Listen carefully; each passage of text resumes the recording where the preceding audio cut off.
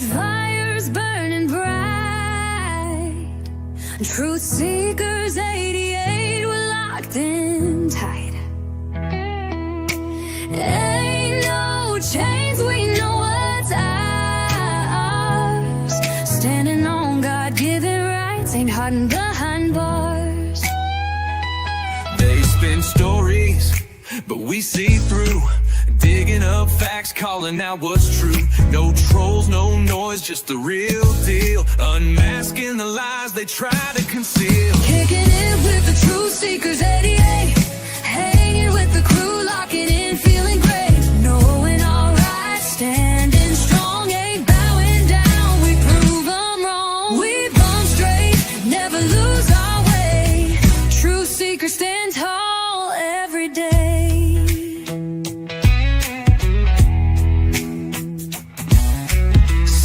Stacked, gold in sight, a legacy built on truth and might. Debunking stories, taking no spin. Turn the mic up, let the truth begin. When times get tough, we hold the line. A tribe that's real, we became a family in time. Need a hand, you ain't alone. Truth seekers make this place feel like home. Moon high, signals clear. No fear, only truth up in here. Turn it up, let them know.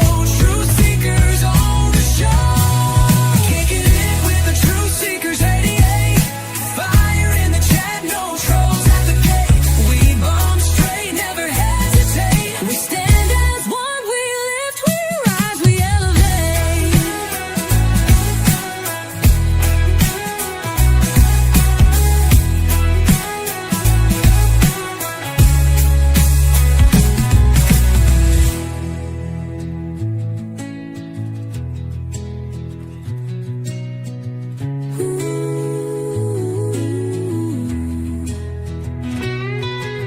Kicking it with the truth seekers 88. Fire in the chat, no trolls at the gate. We bomb straight, never hesitate. We stand as one, we lift, we rise, we elevate.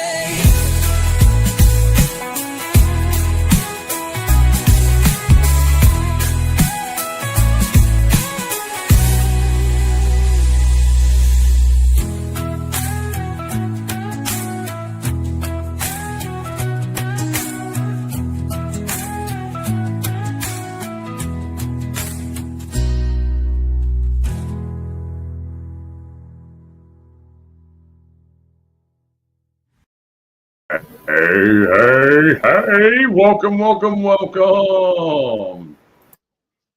Blessings to all that are jumping on. Let us know where you're jumping on from. We love to see that every so often. Such a gray day weather-wise here, but it was warm. We had sun early on, and it was quite warm. Oh man, but it got gray this afternoon, and it's been gray ever since. The rain is on its way in, I suppose. We shall see. We're expecting some heavy rains over the next 4 or 5 days. Got boots on the ground reports that Arkansas is doing the same thing, and we are absolutely excited. In a humble way, of course. We are absolutely excited in a humble way, of course, to let you know that we are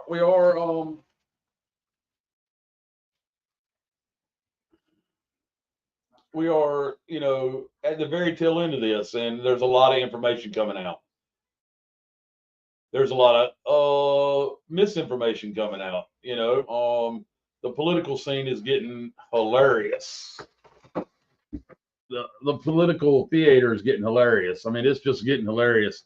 We do have empathy for those that are adversely affected by it, and ourselves included. But you just got to laugh, which is Jim shared this with us earlier, and Sheepdog shared it with me, and I helped myself, right? It's just hilarious. Trump saying gas is $1.98 a gallon. This is a nationally publicized cartoon today, right? I can't quite make out the name of the guy who made it, but you know, here it is. Gas is $1.98 a gallon is a thought from the MAGA guy with $3.24 a gallon on the pump.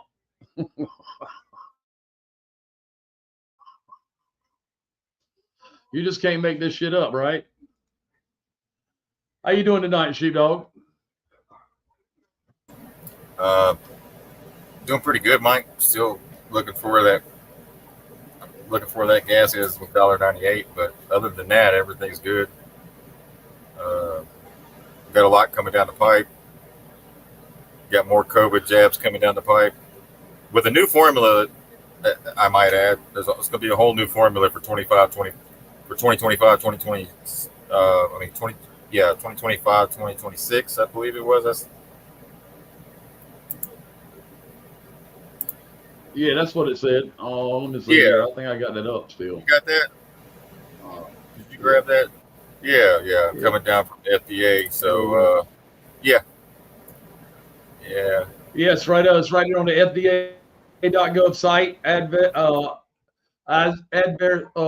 Advisory communication, right? FDA.gov/advisory-communication. I think that's what it's supposed to be. Today, the FDA announced that on May 22nd, 2025, the FDA's Vaccines and Related Biological Products Advisory Committee, advisory committee is what it is, not communication, will meet to publicly discuss and make recommendations on the selection of the 2025-2026 formula for COVID-19 vaccines for use in the United States. All this with recent articles also stating that the FDA has hired back the department heads in the FDA that were on board during COVID. Imagine that. You can find that article by doing a simple search. Yeah, that's hot off the press about 4 hours ago. It's still got the ink on it, still wet. Right. Crazy stuff. I mean, do they really think we're going to let this fly? No, right? Not going to happen. Nope. Don't want that no more. My eggs was $5.99 2 days ago. Oh yeah, $5.99. I looked at it today. It was $6 here. Yeah. I don't know what our eggs are. We get our eggs from the chickens here in the community. All of it is trade off stuff like that. I get my eggs from the bank. Yeah, right. In my town today, gas was $3.04 a gallon. Yep. Right on. Nope, $2.95 here yesterday, not down at all. Yeah. $2.38 in Georgia. A gallon, $3.29 a gallon in Brunson, Florida. $3.17 a gallon in Michigan. Wow. Oh, we got $2.99 here in Clayton. When I filled up the last time, and that was about a week ago. Eggs are at least $6. Yeah, $5.99 2 days ago. That was Miss Terry. $2.53 a gallon in Houston. Yeah, he lied about that $1.98. $3.59 a gallon in Ohio. It's not $1.98 nowhere in America, Bubba. Yeah, no, it sure ain't. Cheating said he's got hairy eggs.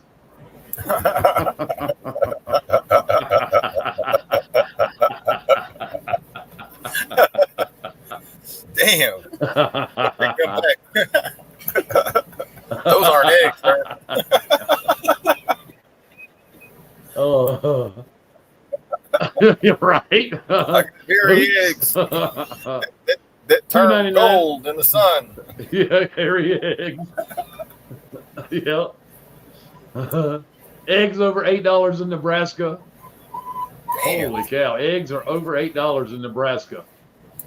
We got gas in Arkansas at $2.95 a gallon in one part of Arkansas. $2.84 Austin, Texas gas. $3.05 in Indiana. $2.84 in Tennessee. $3.46 in Mississippi. $2.38 a gallon in Lubbock, Texas. $2.58 in Costco, Montgomery, Alabama. I knew Bubba That was was from at Texas. Costco. You knew Bubba was from Texas, right? I knew he was from Texas. Bubba Byers. Right. Oh, I wonder if he knows Bubba Gump. I don't know. Bubba. Gas. Yeah, Bubba Gump was in Alabama. Alabama. He lived There in you Alabama, though. That's right. Yeah. Yeah. Unless Bubba Gump got lost in Texas. Right. Oh, gas has dropped.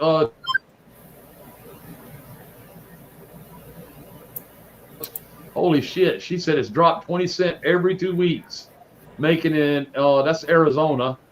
Between $3.49 and $3.69 a gallon, depending on where you go in Arizona. Eggs at my Aldi is around $4 a dozen. Mike Penny, ooh, hairy eggs. The hairy eggs are a hot commodity. Right? You get a meal in T-flossing at some time, right, Liddy? North Carolina. Liddy's gonna ride me like. I didn't know there was a Beaufort, North Carolina. Yeah, there's a Beaufort, North Carolina. $2.46 a gallon in Mississippi. Let's see what else we got. $5.50 a gallon in Los Angeles. So Cheating's got hairy eggs, and he's got to take out a mortgage on his for his gas.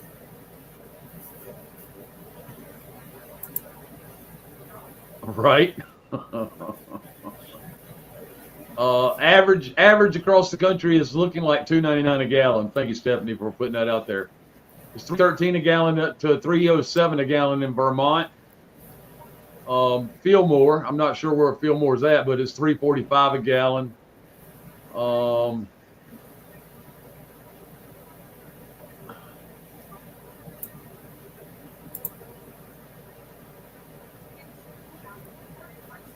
Yeah, I agree with you, Lindy Lou. She said 198 is like he's likely some con, but just the same, it's freaking ridiculous. No more reindeer games, y'all. I agree. Yeah. All the QAnon guys. 291 and out. Go ahead. I was going to say the Q guys went and looked up Q Post 198.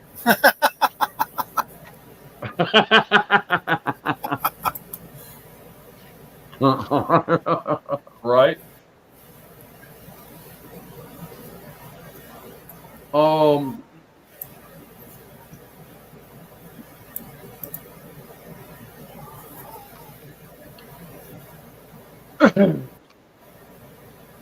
Wow. There's boots on the ground report right there on the Real ID, 98% on Texas driver's license.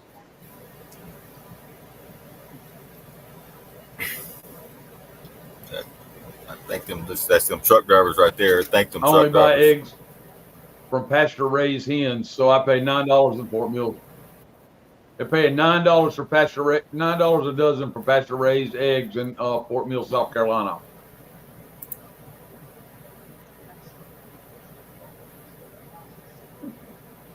Yeah, back in the day, everyone had a backyard chicken or two, right?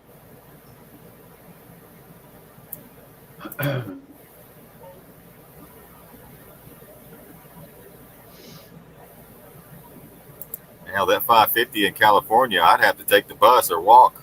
For a big box of eggs, it's $20 for eggs at Walmart. Yeah, big box of eggs is 36 eggs or 60 eggs, depending on which one you get. I think it's the 36 that are $20 $20 at the Walmart. 36 eggs, if I remember when I looked last. Hudson Valley, New York, 4 days ago, free range was $7.49 a dozen, and gas was $3.69. What'd you say, sheepdog? I was going to see if Chitty can send us a picture of his hairy eggs. Yes, right, Chitty, we need some. Yeah. You got to post it, man. Right. Yeah, truckers need a fuel break. In assisted living, they give us one fried egg a week. I went and bought a dozen at $5, and now I can have one every day. Wow. They give you one fried egg a week? That's not assisted living, that's prison. This random lady at the grocery store walked up to me, and I don't know why she did it, but she had a big bag of potatoes in her hand, and she says, "I can't afford eggs no more, so I got potatoes." I don't know why she came up and told me that. I didn't even know her, had no clue. She just walked by, and we just had a real quick conversation.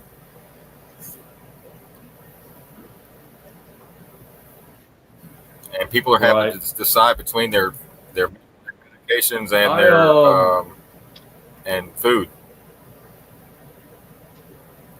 because of the price of it. Yeah. Well, you got to be sharp. It doesn't matter where you go and buy any food. Listen, Walmart is one of the biggest money launderers of mortgage payments there is in the country. All right, they're asked to send that shit straight into Japan. Why? Because the United States Inc. owes Japan, right? And you can only imagine why, right? So they can use Japan's name to inflict, things like Pearl Harbor on ourselves, making it an inside job, but allowing everybody to see the CGI of Japan doing it, right? That's how they got into the war. I don't normally play much more than 10-minute videos on the show. When I do, it's something special.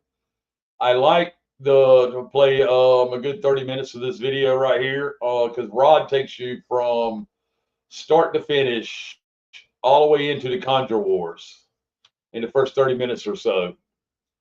Sheepdog, you don't have any objection to us doing that, do you? No, I haven't heard about the Conjure Wars.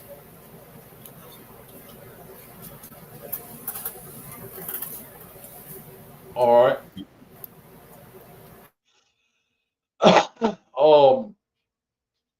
So we're gonna play this video. And white smoke equals new pope. I thought the smoke was orange coming out of the Vatican.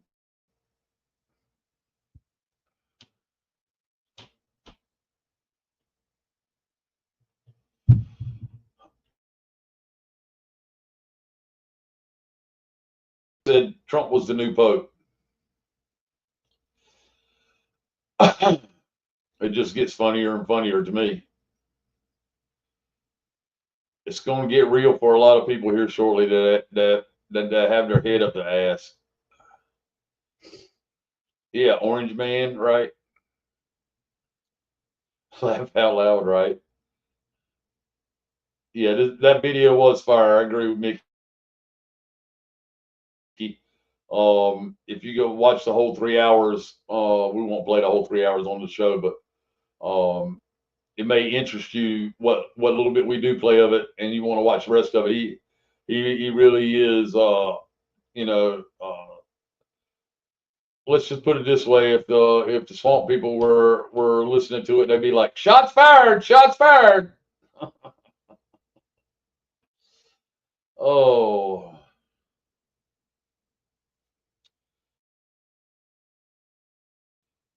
So I'm gonna get into that. Right. Um, in Japan, the eggs are very small.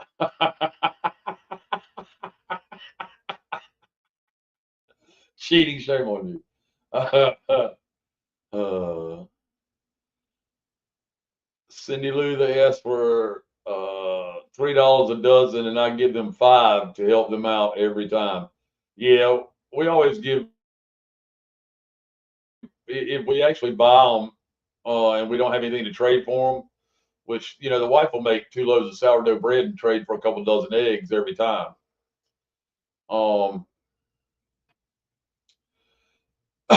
and but if we they only charge like $2.53 a dozen. Um, but yeah, I mean, we always give them a little extra if we pay for them.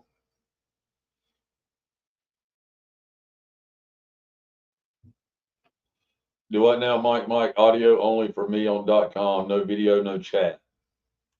Okay. Let me get this started. Go ahead, sheepdog. Chalk them up for a minute. Let me figure out what's going on with the .com. All right. We got a lot of, well, before we start this presentation here, we just want to make let everybody know, don't stay out of fear, and when they start running that propaganda for whatever, just turn the damn TV off. That's the best thing you can do, and just inform your family members and stuff like that,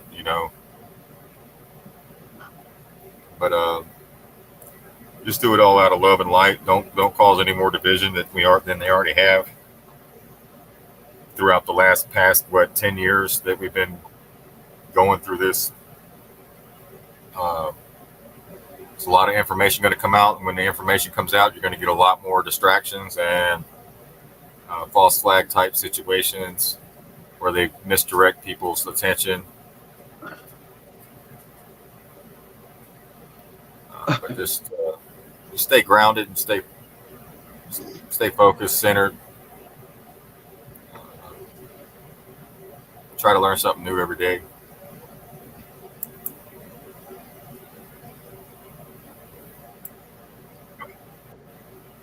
Throughout the past 10 years that we've been going through this, there's a lot of information going to come out, and when the information comes out, you're going to get a lot more distractions and false flag type situations.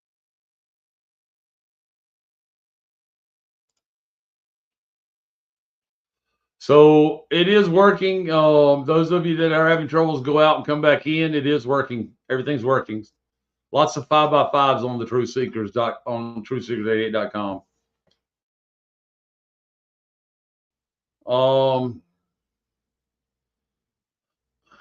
Sheepdog, you still with us? Did I lose you? Did I lose everybody? Yeah, I'm still here, Mike.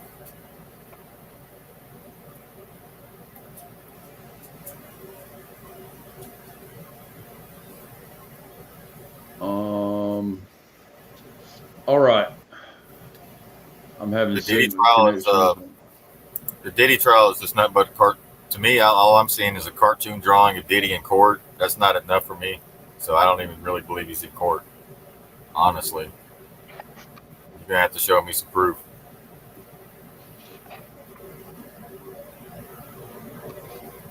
Agreed. I mean, all they do is put a camera outside the courtroom, down by the doors, and that's it. You got a lot of people, LeBron James having injuries, and TD Jakes and all them stepping down. So a lot of stuff's happening with that. But they're not talking about the kids in that trial. I don't believe. I believe they're just talking about consensual situations with adults and drugging people type situations. The cartoon drawings that I've seen of Diddy, he was just smiling. So we'll see. But I think they're kind of using him as a sacrificial lamb, because, I mean, we should already had a Maxwell trial. We haven't had that. So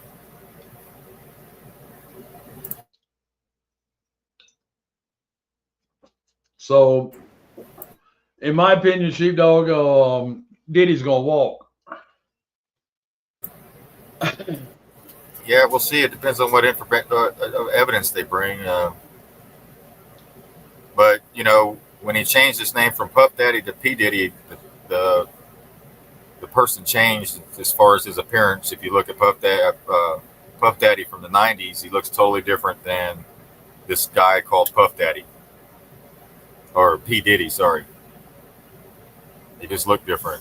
Same different skin tone, the dental, everything.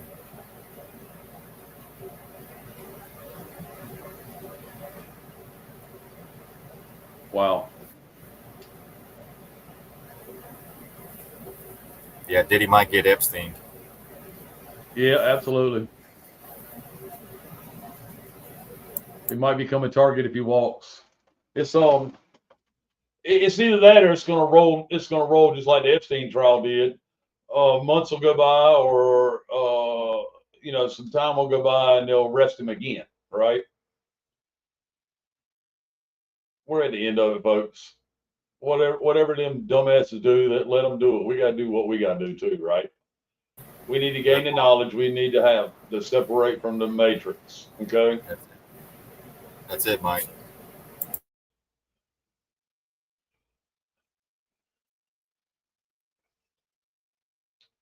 Right. So y'all enjoy this enjoy the first part of this video, because I think it's really good. Both of them are very respectful, and they're respectful to the audience too, as they're piping in questions and kind of guiding the conversation too. But it's really good. It's really informative. And if you're new, and you're looking to see how all of it is connected, from the beginning, this is how. Okay. Alafia, peace and blessings. Welcome to another episode of the African Spirituality Experience. I'm your host, Arisha Bemi, and today we got another Titan from the field in the building, man. We got the brother Chief Rod Hayes in the building. And peace and blessings, man. What's good with you, brother? How you doing? Good. I heard you say Alafia. You know that song, Finger Alafia? How it go? I don't want to sing it. It was in the Lion King, the first Lion King. But it's a greeting song. Okay, that's what's up. Well, yeah, the word, Yeah, well, since you brought it up, I might as well make mention. So that song is ancient. Every time we come to the end of the 4 cycles, they start rewriting that song in a different language. That's to welcome the ancient ones back. Listen, we here now. Like, for real. I've been saying that. Everybody waiting on us to come flying. We came back through the womb. Yes, sir. Okay, we can't get here no other way. It's only one entrance. Yep. Uterus. Yes, sir. Big box. Listen, it's so dope because when we spoke Thursday, right? I had my live was set up, you had a live set up, and I'm gonna tell you, it was like astounding. It's like after we spoke that day, whenever we spoke to lock in today, I went back and I was watching yours, the one you did that night. And bro, when I tell you we both was talking about some of the same, you went way further, with what you was talking about, but we was talking about some of the literally the identical topics. And we didn't talk about none of that on that first call. You know what I'm saying? When we first got introduced and connected. So I'm like, you talk about divine alignment, bro. I was watching yours. I'm like, yo, this is crazy because I just released that live, I think yesterday. We was talking about a lot of stuff we're gonna get into today. So with that, man, I can't wait to go there because I already know what this is about to be. It's gonna be another one of them ones. So let's get to it then. Where you want to start? Listen, I want to start with the what's going on with the dirty Moors. Let's talk about the Black Pope. The Black Pope is, I've been saying that for a minute on this channel, but we really about to go in on that and that relates to. But can you kind of share just before we go, for those who are new on the channel who might not know your work yet, can you just kind of share with the tribe how you got into, you know, being who you are now, like your journey and your path into being, you know, who and what you are as a healer, as a teacher, as an awakener, you know, all the things that you do? Well, I started off from a child getting instructions from my big mama, Mother Margaret, and my mama. My mama used to teach me stuff and counsel me on stuff. And I didn't know at the time that I would need it at this time. So I've been being primed to do this work from birth or before. And once I came home from prison, I did 16 years. Once I came home from prison, studying in there over the 16 years that I wanted to help, everybody shut their door in my face. Right? So I come back, I start working, you know, I was working at GM, but the straw that broke the camel's back was the contract negotiations that I left on. I can't stand to watch somebody with with more power abusing people just because they can and not say nothing. And my work family was being bullied. So they were doing negotiations in the midst of a federal corruption investigation. And I was trying to inform the people I work with that that's not a good faith negotiation. All parties are not coming to the table in good faith. Well, this triggered me to be like, y'all don't want to listen, I'll go out here and I'll find somebody who will. And this began my journey right after my mother passed. I just couldn't take it no more. I had the overwhelming internal drive to stand up for the collective, which was the collective tribes of the earthborn. In this process, I began to follow the oral traditions of the tribes. We just put it in the public domain, and the people that's supposed to get it going to eventually get it. And they're going to discuss it among themselves, and then they're going to know if you telling them the truth or not. And if you telling them the truth, you make all of the tribal traditions actionable by just following the tribal tradition. I'm not following the patriotic conditions of United States Corporation, Admiralty, maritime jurisdiction, masquerading as a government to enslave the people of the land of Turtle Island that I am from, organic Mississippi clay dirt walking. So somebody got to say something. Everybody don't have to do something, but somebody got to bring to light the problem, cause, and the solution. And so that's what I've been doing over the last 5.5, 6 years, is putting in the public domain the whole parameters of fraud and how to get from under it. The information more valuable than anybody can pay for. I give it away for free because my brother and sister bought all the books already. So it's already paid for. It's prepaid information in my head. I just have to organize it, simplify it, and put it in the public domain for the rest of the members of each collective tribe to have access to the information. But it's also notifying the system, the government, the fake government, notice the agent being noticed the principal, that their time's up, our time is now. They need to find somewhere to be because they can't be here. So that's where we at in this journey. And I've been periodically mapping what is being done in the Washington Military District or the District of America, whatever the so-called president is doing, because it looked one way, but it is actually something else taking place.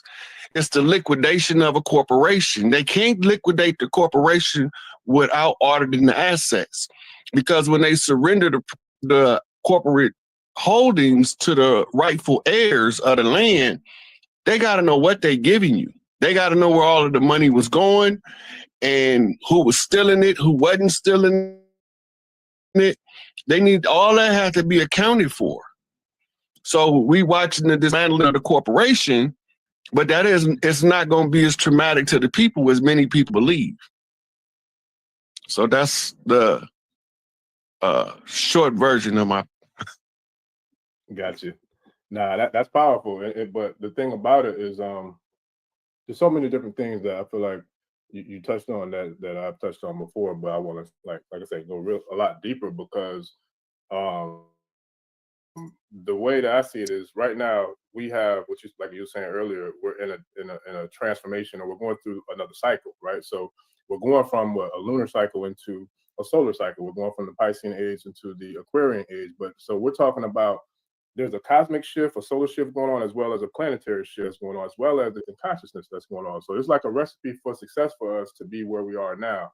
And checking out the video you did, I think it was Thursday or Friday, Brother Young Elder's channel, and you was breaking down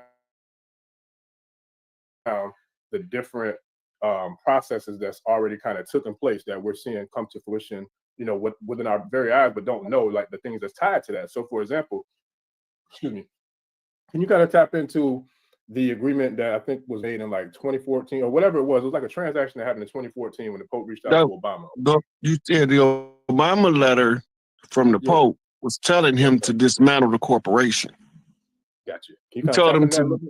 Yeah, so he was telling them in the letter, or the Vatican was tied to, and the corporation masquerading as our government. He was given the commander-in-chief at the time, Barack Obama, who was an imposter in office, the instructions to dismantle the structure and give it back to the people from the land, because we were occupied. Most of us don't know that we live in an occupied, militarized zone, the whole Turtle Island. All of those countries came over here and attacked us. We didn't attack them. We was minding our own business. Mm-hmm. Everybody, history started 1492 over here. Yes, sir. So I always asked her, what the hell was we doing in 1491? Was we doing any of this in 1491? We ain't had no Bible. We ain't had no Quran. We ain't had no Torah, no Mishnah, no Talmud. But we was high functioning society until they bombed us into oblivion. So this is the return of the ones with the birthright to restore order as caretakers of the land across the land. The first thing we had to do is get rid of the occupiers, the foreign forces that's masquerading as our government and our big business, and take it all back. This is what the whole tariff thing is about. The tariff thing is about all them corporations was shipping jobs overseas, and they was trying to raise the inflation rate on the currency by raising the value of worthless shit they sell us. So he the tax the people and send the money to everybody around the world. We not benefiting from it. Somebody got to show it to us. We wasn't benefiting from it. If you look at all of the tax money that they accounting for, they didn't found trillions of dollars that they got to give us back. I didn't say it, they did. Yes, sir. Now, when you say that, where did they say it? Because that's the thing. There's a lot of stuff being said and done, but it's done almost in secrecy. But it's small little, cracks of information. Both Elon Musk and Donald Trump have identified what they call misappropriated assets. Trump said it, put out his own mouth. Mm. That we doing this for who? The people. Mm. We don't know that in the tribal tongue, almost every tribal name translates as the people or kinfolk. We don't know that because we lost our culture through this miseducation system. They told us a history narrative that's you don't even count us in the history record. They literally ignored us out of history and erased us out of history, but we still here. That part. We here now. Yes, yeah, that's deep. So when it comes to what we're seeing now in regards to, let's talk about Turtle Island, right? You kind of break down, describe like what Turtle Island is. I'm not sure how many preference Turtle Island is. All of the land they call Canada, all of the land they call the United States and Mexico, all of the islands that's in the Gulf of America, all of what we call South America, all of that collectively with Greenland makes up Turtle Island. That's deep. And within Turtle Island, how does that tie back to the years before 1492? Because after, we know what happened when the invaders came, but can you kind of share the real, I guess, the real owners of the land and like who those people were? Some people may say the Olmecans, some people may say like who were the original people who were here prior to 1492? The old Mississippians is the oldest tribe on the land. The Washita Dong the Moundja that Empress Verdiasi talk about, the mound builders, those are the oldest people on the land. They look like me and you, but they the oldest people on the land, original caretakers of the land. We was the one that built Atlantis in the great civilization of the ancient times. We just had a nuclear holocaust that caused the last ice age prematurely, which gave us a artificial cycle under the age of Pisces. If the cycle is artificial, everybody is we call it the matrix. Yes, sir. You can't get out of the matrix unless you know the source of the matrix. It's in the mitochondria. Yes, sir. Right? And if it's in the mitochondria, and the mitochondria is the powerhouse of the DNA, right? Yes, and sir. This is the spirit of mama, because we can't get it from daddy. Much as daddy love us, he can't give us mitochondria. We can only get it from mama. So all of the people on the planet trace back to Isis and the 12 daughters, the 13 tribes, the 13 bloodlines. They all do mitochondrial adjustments, and they got different skin colors, and different hair textures and different hair colors that make up the spectrum of what we call humanity.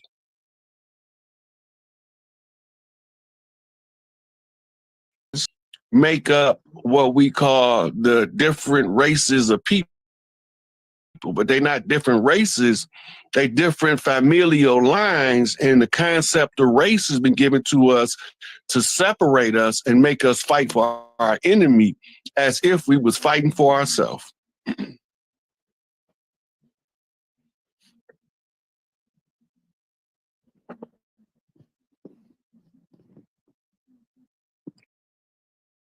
I think he. Okay, yeah. I was saying I'm not sure who Barrington Edwards is in the comments, but either you can turn all that down or I'm gonna turn you out. So you keep that up, we're gonna get you up out of here. So anyway, but with that, yeah, that's deep, bro. Like that's real deep. So I got a question from somebody in the tribe. They said, does Trump work for the Vatican? Trump worked for the military. That part.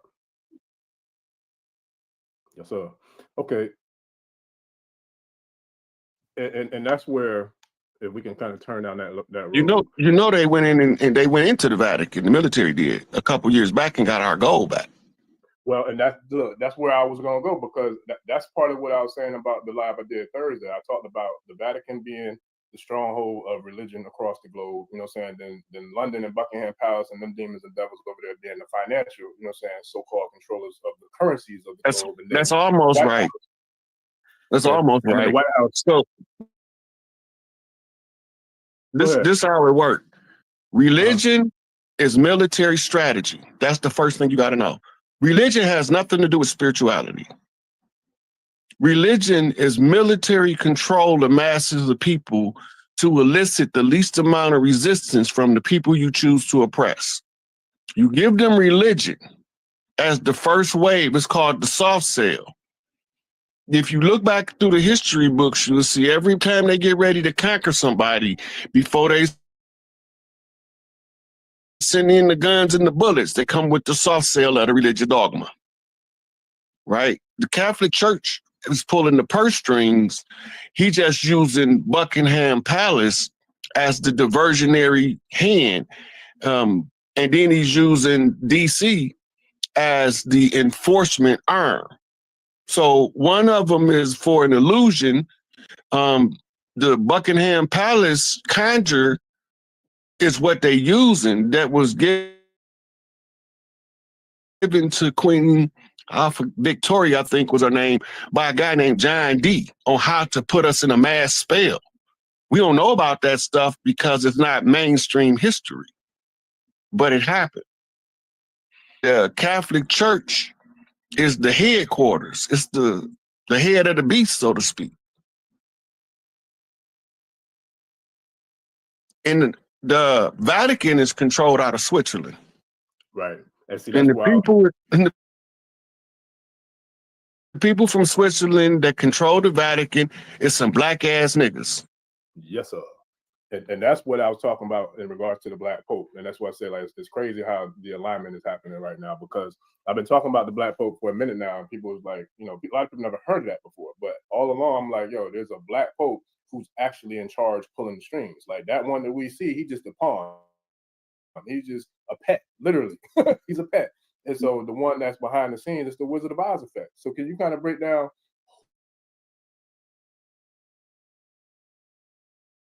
who is, or who those black people who control the Vatican? Can you kind of break down who those people are? You remember they told us that the Moors entered the Iberian Peninsula in 711 and ruled over Europe for 700 years. That take us to 1411. This is around the time of something that they call the Inquisition.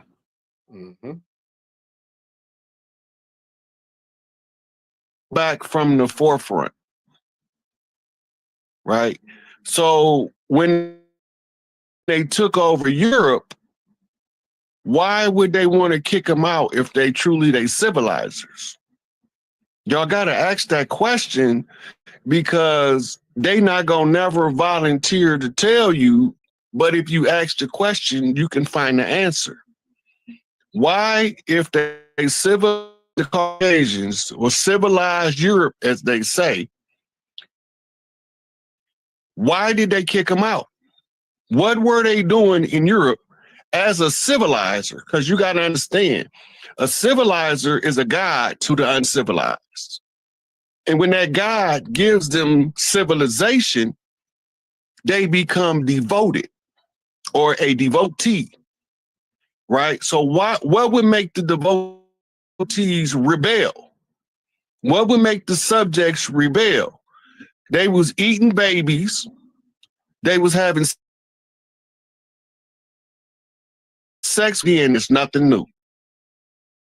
So those are the people who is behind the Pope, the ones that remained in Europe in power positions. The grand illusion was to put the pale face out front. But we didn't know when they were saying the white man that legally the white man ain't even fucking white. Black's Law Dictionary 6th edition say that he a Moor. Yes, He's a Judean. He a Jew. And as long as we don't know that, they can keep pushing this pale-face agenda to give them the semblance of power while they really wielding the power. As you say, the Wizard of Oz effect. Somebody put it in the comments. You hide. It's called a cat's paw. You put somebody else up to do your dirt so that you seem innocent when they get caught. Woo! Yeah, this one of them ones, and we ain't even really got warmed up yet. No, for real, because listen, we can go so many places. Look, even the tribe said it might drop, because that right there, I knew this was gonna be one of them ones as soon as we locked it in, I knew, because that's not even something that goes on just in that sphere. That happens in all spheres. You know what I'm saying? When you're dealing with people who don't move with the right integrity or intentions. So with that, how that is, oh man, that's powerful. How do we see those people who are pulling the strings, who are the puppet masters for their pets? How and when do we see them be eradicated? Or when do we see the fall of those dirty business dealers? Look, some of us is the only ones allowed to take them out the game. Because of the level of wickedness that they was doing and the way they concealed themselves, I tell it like this. Pretty soon, a lot of really good people, really good men, gonna have to do some really violent shit to some really wicked people. It's gonna come, and it won't be no secret.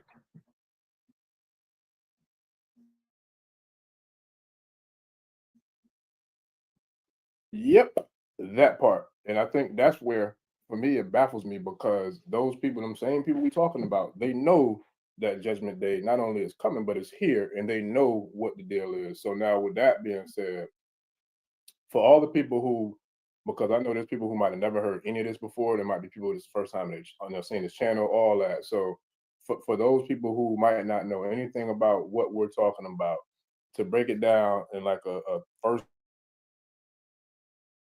grader terms, who are those people? What do they control? And then where will we see the difference in our experience once that situation is eradicated? What you mean when you say who are those people? Like the people we're talking about that control the Vatican and control the current system. It's the picture of the Pope kissing their feet. Mm-hmm. It's not a secret. You can look it up. Yep. Them the niggas that came over here, called themselves conquistadors, Huguenots, and English gentry. That's as dark as me or darker. Hair just as nappy as mine. But when they rewrote history, they painted them as pale face. George Washington wasn't a pale face, unless you talk about Albert Pike and Adam Weishaupt. The real George Washington was from Barbados. They still got his memorial house, right? But they put this wooden tooth. That right there leads you into the conversation that we had on Facebook a while back, about a month or so ago, on all the first 9 presidents or so were all melanated, right? Copper skinned.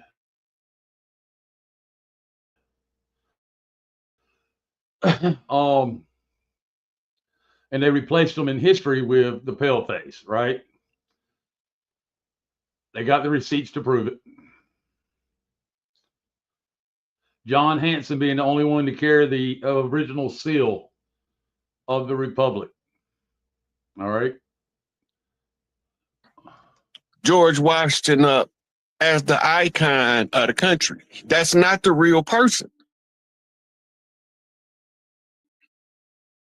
Right? The real person was usurped. I can pay you cash for your house, no matter what condition it's in. If you need to sell your house for any reason, click the button on. How do we know this? When they moved the capital from Philadelphia to DC, why did they do it? The Big Mama put a curse on Congress Hall. So if they try to do anything in there, their whole life start falling apart. So the secondary charter of the corporation known as the United States of America, I think it is, or yeah, they was chartered as a business entity out of Washington, D.C. The military industrial complex is a name they got years later.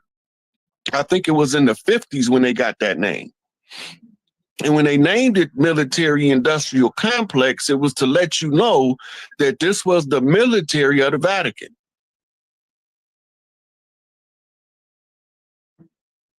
Complex. Just like London, all of them are enclaves.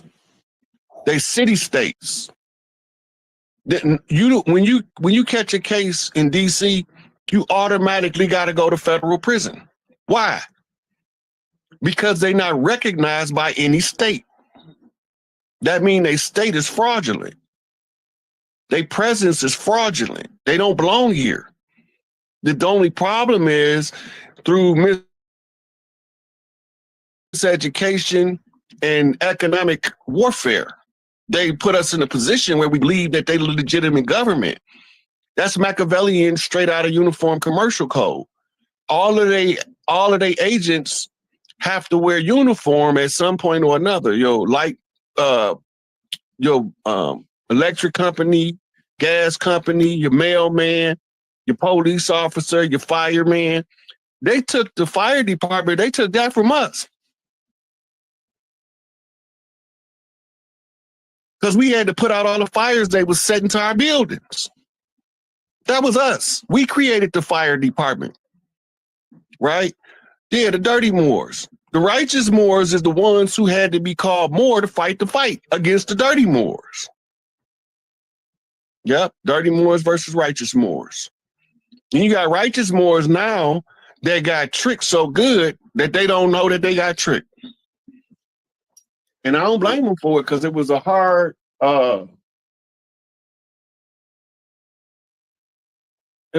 thing to see. Yeah. Yeah. And you know what? That's one of the things, excuse me. That's one of the things, let me ask you this, because if I'm not mistaken from my studies and research, are not the same, excuse me, people who control the Vatican, the same ones who kind of have the extended version into some of the sororities and the fraternities of the colleges? Is that the same? Are those the same people? Okay, now you got to know the difference. Okay. All of the HBCUs come out of Prince Hall Freemasonry. Mm-hmm. That was created by one of the chiefs. Okay. And his staff that were Prince Hall Freemasons to combat the Scottish Rite. I see. Right. So when you read about it, it's come out as the War of the Roses, blue rose versus red rose, or sometimes they say red rose versus white rose. It come out as the War of the Lodges, red lodge versus the blue lodge, left hand path, right hand path, and occultism. All these different sides is we fighting back by turnabout being fair play. Stuff that they use to oppress us, we took it, studied it, and then we rewrote it to use it for liberation. Mm. This is what Prince Hall was doing, but he went by himself. Instrumental in the founding of the Prince Hall Lodge. But if you don't read Prince Hall history, you won't know what he's doing. Right. Right. Now we had Noble Drew Ali came and went to the Moorish Zionist temple in New Jersey and found out the spells they was using. Once he found out the spells he was using, he wrote code, tribal code. We've been code talkers and code knockers. So when he put it in the literature seems bland to the regular man. But to the tribal leadership, it's phenomenal. He say stuff like, this was a clue he gave us. He said, I can count the amount of Moors that's going to make it on one hand and still have fingers left. 12 fingers left mean the most of them that's going to make it is 3. Right? Then another part, he say, the only thing that would surprise me was if a Moor would do right. Why would he say this as the founder of the Moorish Science Temple? Right? He leaving clues. He wrote about a religious controversy. Why would he write about that? Because they're using the religious controversy as a means to separate and divide up the people. The religious controversy is another aspect to divide and conquer. Then they had the skin color. Skin color racism didn't really take hold until the 1800s and the Ellis Island immigration.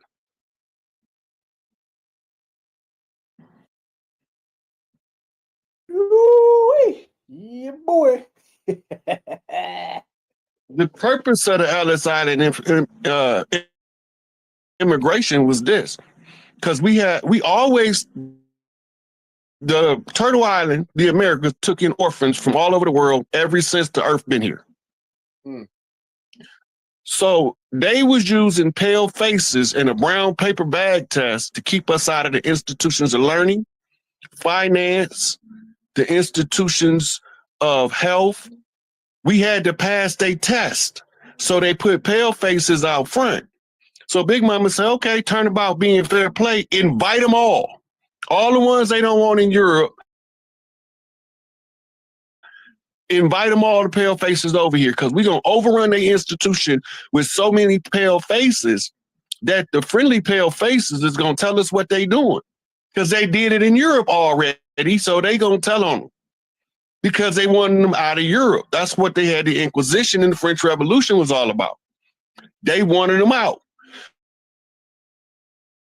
Now, when they get over here, Noble Drew Ali say, listen to the European, because I'm going to make him tell you the truth. He quoted. So for the people, I should say for the tribe, can you quote, because I think Big Mama could mean multiple things depending on where someone is at in their journey. So can you? Okay, so we're gonna do it. We're gonna do it a couple of different ways. From spiritually alone, Big Mama is prime creator. All of creation is in her womb. Right? The tribal structure, every tribe have a tribal mother, and all of the tribal mothers have a senior tribal mother. On this land, she is referred to as the Big Mama. Right? And in every family, you have a Big Mama, a Muddia, a Nana, which is a family matriarch, because we are matriarchal people. But we keep getting stuck believing that this patriarchal bullshit gonna tell us the truth, and it ain't gonna never tell us the truth. That part, that's facts. Big facts. So when you talk about like Big Mama, and especially when we're talking about the Turtle Island aspects, what is the connection? What's the comedic Turtle Island connection when we talk, especially because that's something I've been talking about on the channel as well, about like especially like the Grand Canyon, and, like, the history of the Grand We created Egypt. In the Emerald Tablets of Thoth is where you will find Thoth telling you that he left over here to add land to go settle Egypt, Kemet. He didn't call it Egypt, he called it Kim. Right? The original that's a replica of is the Grand Canyon, has the oldest temple of Isis on the planet. It got the oldest temple of Osiris on the planet. And the oldest temple of Tahuti is in Mexico. All right. So that's 36, almost 37 minutes into that. And you got a ton of history, of real history. Okay.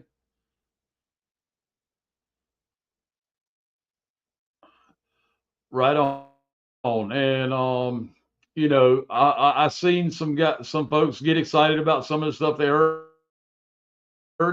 and I seen some people that had already seen this video still get excited about it, and they even mentioned earlier about, you know, about the bombs that he dropped throughout the rest of the video. We'll share the video again. We've shared it several times. We'll share the link on all the platforms for everybody. It's interesting stuff. It absolutely is, and you have to pick and choose what resonates with you. But the facts are the facts, and they're undeniable. Someone said over Trump's big announcement, they hope that you know, he announces the martial law and the new republic, etc. In that so-called huge announcement he has coming up. We showed you earlier what the announcement is most likely going to be about. This right here, about the release of the vaccines for 2025, 2026. Manage your expectations. We don't know that to be true, but that's what it's leading to right now.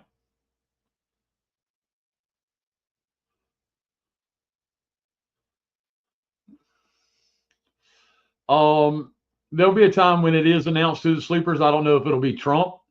I really think that we're getting close to the end of this movie production, and Trump has to exit the movie at some point. Being as there's 3, 4, or 5 of them, there's probably 3, 4, or 5 different angles. On you know, one timeline may be an assassination, another timeline might be a complete timeline collapse, and so on and so forth.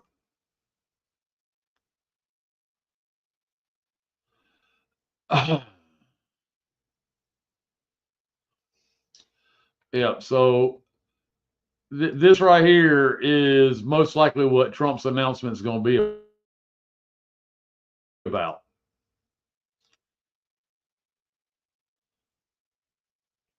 The COVID-19 vaccines. Yeah, that's it. Because after he signed that executive order about making pharmaceuticals here in America, he said they're going to have a big announcement coming up. So I'm thinking it's going to be about that. Yeah. Then everybody's going to wake up. That's right. That's going to wake everybody up, and it's a lot of people start catching up to the fact that we are a republic, and learning some true civics. I'm grateful to have shared what we have learned over the past couple of years about civics. The fact that a republic doesn't have a president; it's a head of state. It's all in it's all in Congress, so on and so forth. And you know, while we'll make a stop at the republic, right, and get more people awake and in tune with what's really happening. And of course, they're going to play out as much as they can, because they know they're going to be exiled, deported, beheaded. The lawyers, and the doctors, and the judges, you're going to see heads roll literally on some of those folks. Yeah, absolutely. The vaccines, well, I don't believe will make it this time. Any pandemic won't work out. That's a good question, G-Pat. Why are they talking about the COVID vax, right? Neither party brought it up during campaign season. Trump hasn't brought it up at all until recently. And you know, now he's got this huge announcement. We just think that's what it's going to be about, the bioweapon. known as the vaccines. They have to try and take as many people as they can with them, folks. But they're on their way out, just like Chief Pontiac said. They got to go somewhere because they can't stay here. Yeah, Mark Levin is already talking about Iran is trying to assassinate Trump. So you might see something to that effect. And keep in mind who's really responsible for all these assassination attempts and assassinations on President Kennedy and so forth.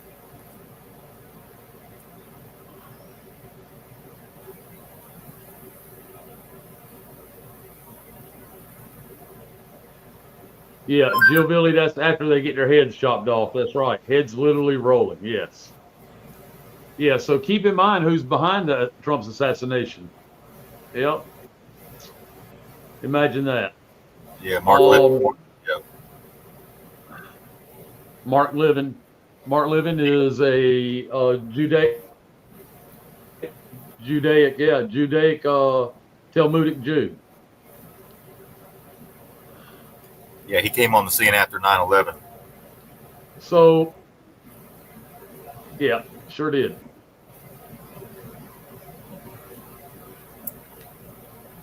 Yes, evil ass Nazi shit. That's a good way to put it, C. Reed.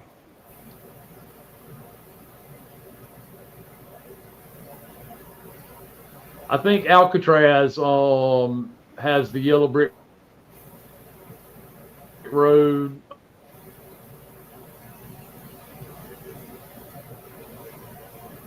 That's what I think Alcatraz has, right?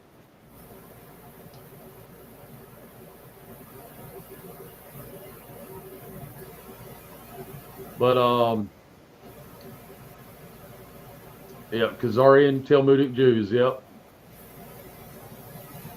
Won't be no JD, folks.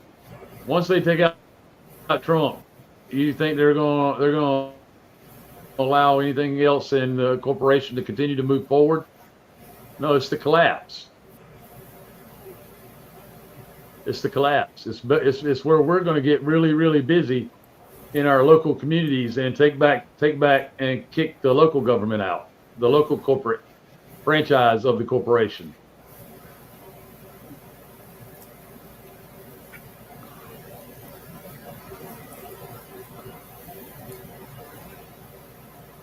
Yeah, they already have them.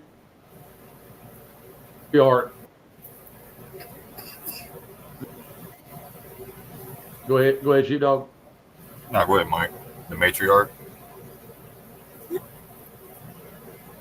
Yeah, the matriarch will most likely become a lot of the local government. Okay. That's why if you're living in an area where you're aware that they have a tribe and you don't know which tribe or clan you were born in from your mother's side 4 generations back, if you can't research it, get adopted by the tribe from where you live unless you want to move. Okay? There is going to be a synthetic reset, right? There's going to be a synthetic reset. It ain't going to be all the regurgitated mess they talk about in the Sahara, but it's going to be something similar, all right? And there's going to be the great taking, because once they flood all the market with that cash, they got to take it up. It's got to be gone. And it could take up to 6 months for that to happen. All right. But in the meantime, they're going to throw crypto at us and the rest of the digital package. Right. And we're going to refuse that. There's enough of us awake now that will be refused too. There's quite a few people that are falling in the trap of the digital crypto, XRP, XLEM, stablecoin, lobster wallets, and all that crazy crap, right?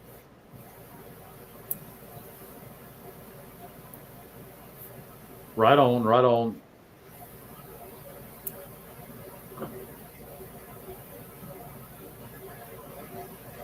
Yeah, so there'll be a last surge economically and pandemically, and all the sectors, religion.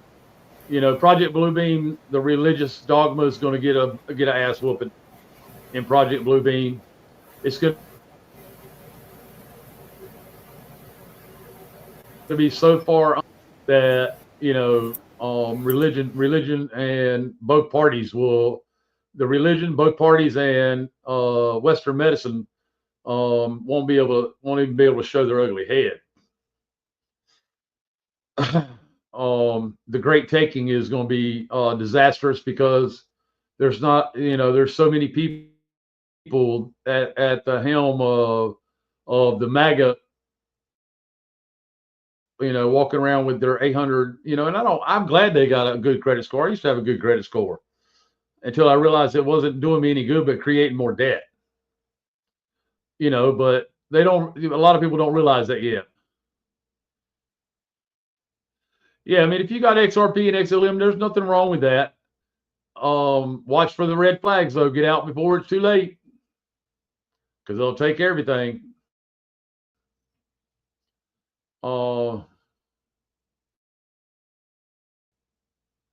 Right.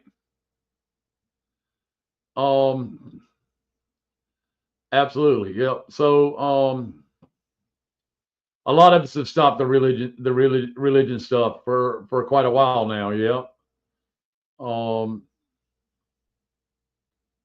No crypto for digital currency. It's not for me. Yeah, absolutely. I agree.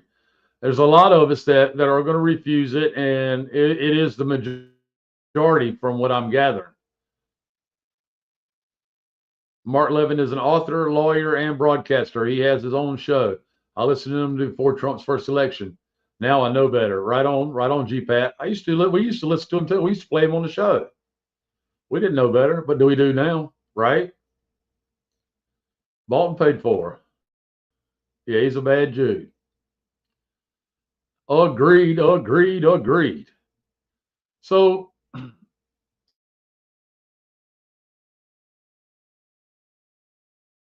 and if you're smart, you'll get what you can from it and prepare yourselves and hang on. Okay? And help the community, those that weren't as fortunate as you to prepare. Because they're going to lose everything they got. These folks with these honor badges for their credit score and stuff on their breastplate, they're going to lose everything they got. You know, these are the people that will only deal with financial experts that have been certified, right? College degree. It's a worthless piece of paper.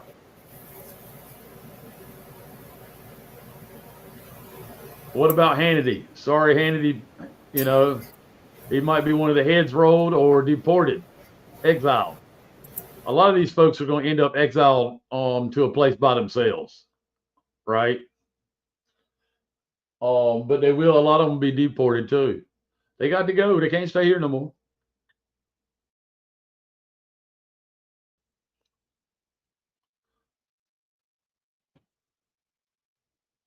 Snafu, yeah. Snafu, Scott at Snafu Radio. He's with Miles Franklin, Andy and Scott. They do a real good job. Andy's prepared because he knows if the synthetic reset happens, everybody knows that they got a small window to get gold and silver or land, right? Get your hands on some land as quickly as possible if you can. But and stock up and hold on. Don't buy a bunch of things that you really don't need. We got to get through this. We got to get through it together, and we're all working together. There's going to be a lot of unity created during this part, the end here. Will we the saints be martyred? I don't know about that. I know the Messiah is going to come out of the sky during Project Bluebeam. That's on tap for Project Bluebeam. We'll see. But it's a very strong vernacular, if you will, in the discussion of Project Bluebeam, and a lot of leaked information, or quote unquote leaked, right?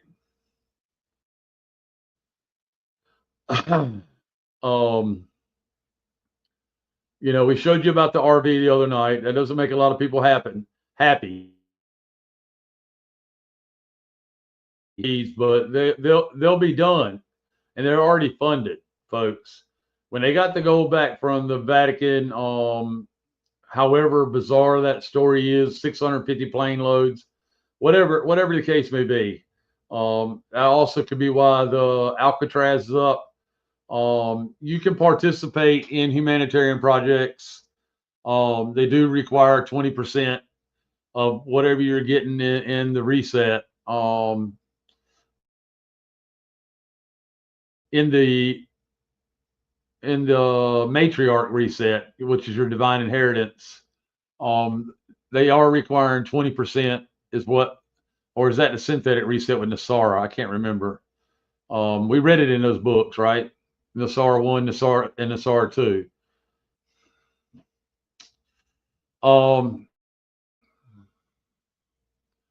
Right on, Don. But some people seem to think that we're 5 to 7 weeks out on the shelves start showing up in empty, businesses, including the big corps, being closed down because there's no product. Okay, we've known for quite a while that BRICS and a lot of nations included in BRICS have cut off the fiat dollar, the world superpower currency, right? The United States dollar.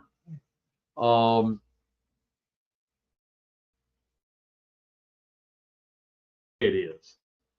All the start drying up. You're going to find things starting to be hard to get.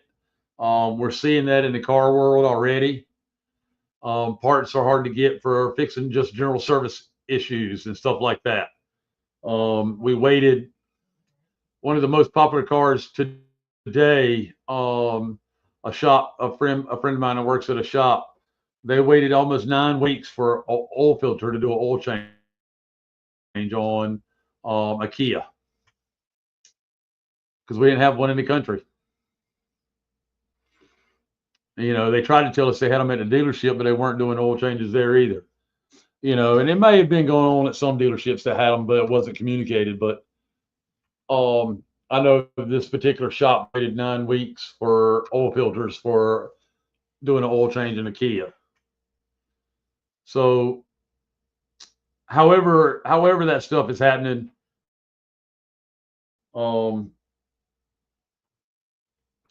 just be prepared when it starts showing up more and more. Products are hard to get your hands on. It's going to show up on the empty shelves too. Okay, and it will be chaotic. Like you said, a lot of people aren't awake. Okay, but a lot of people are awakening, right? I mean, they see the political theater for what it is. You can still be a Trump supporter and know that something ain't right with the Trump administration, right? You don't have to be against Trump to not like what he's doing. I mean, that's the whole gist of this growing spiritually, right? We don't have to agree on everything, but we have to look out for humanity.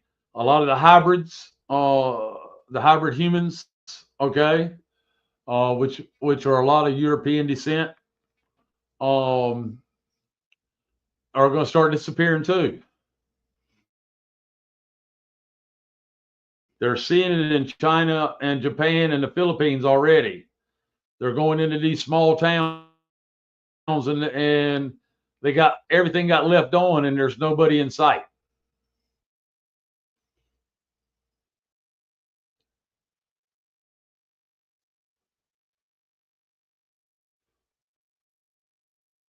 Right on, truth be told.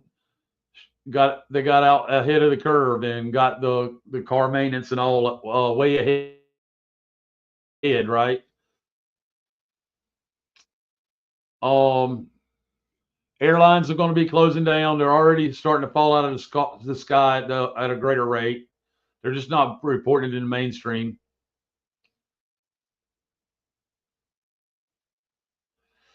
Yeah, if we knew where they disappeared to, Lydia, they wouldn't be disappeared, right?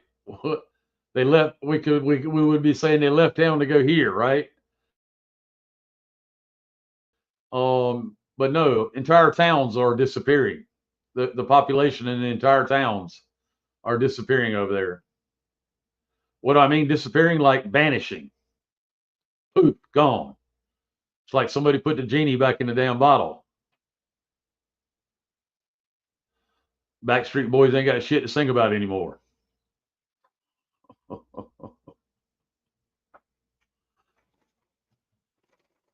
But they're hybrids, they're clones, folks. They're not real human beings. Yeah, Trump is taking down the dollar. Has to be that way for a new currency to come. Breaking the deep state by what you need now. Yep. I mean, that's one of the greatest part of what's coming is that you can take their fake ass dollar that has no intrinsic value and buy gold and silver with it right now.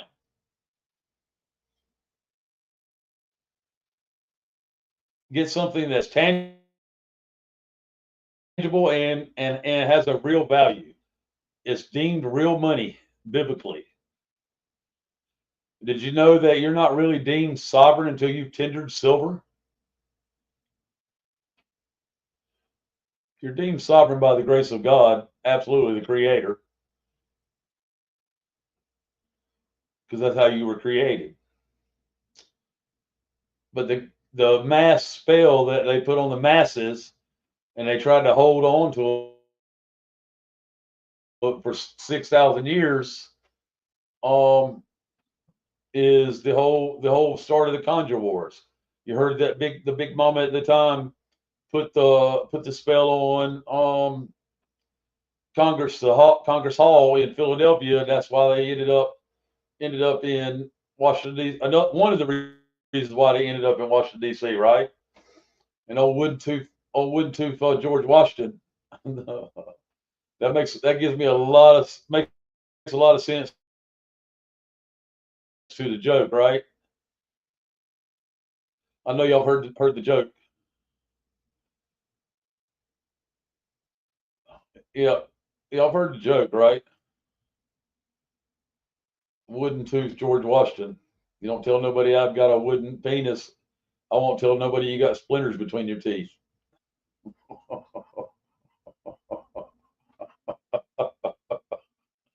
Sorry about that if that was crude to some folks.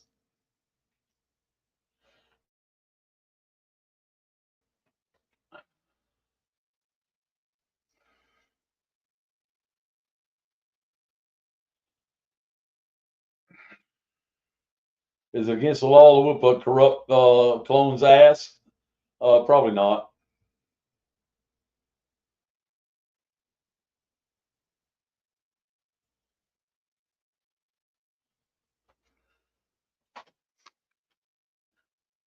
Huh.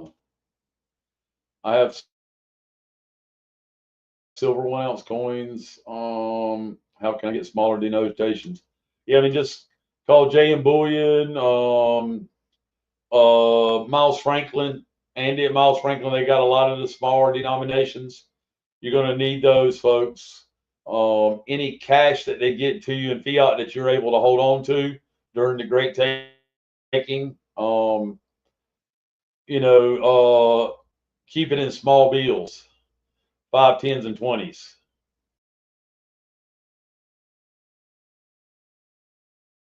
Some smaller denominations at the local coin shop as well.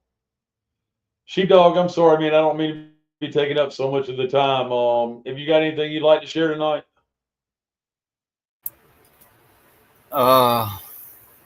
Yeah, I put out a lot of stuff on the MP Truth Seekers 88 chat last night. Well, actually early this morning. A lot of books. Also. All right, go ahead. Yeah. I think one of them. Yeah, you dumped a lot of information in the chat earlier. Yeah, I could have dumped more, but then I'd still be dumping if I dumped everything I had. But I dumped right. Wow. Yeah, I dumped a little bit for people to save. But one is, let me find it real quick.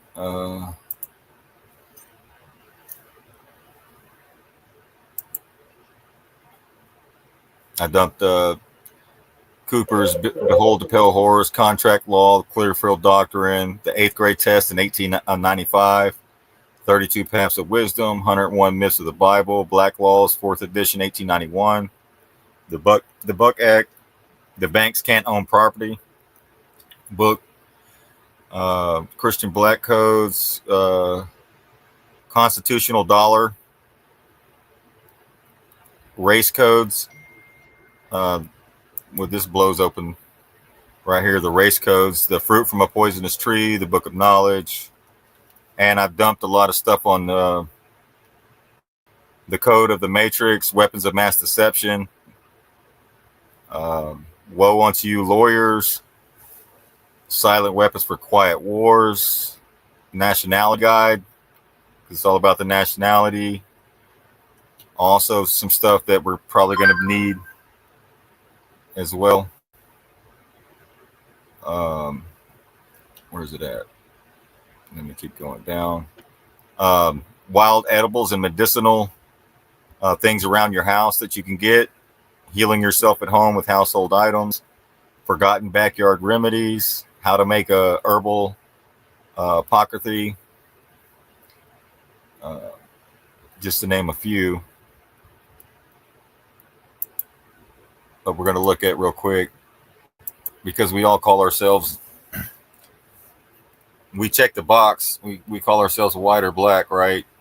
And that's not the case. So the nationality is important. But here, well, let me go, because apparently I didn't open. I'll be right back, man. I'll be right back. All right. I got to hit the little boy's room right quick.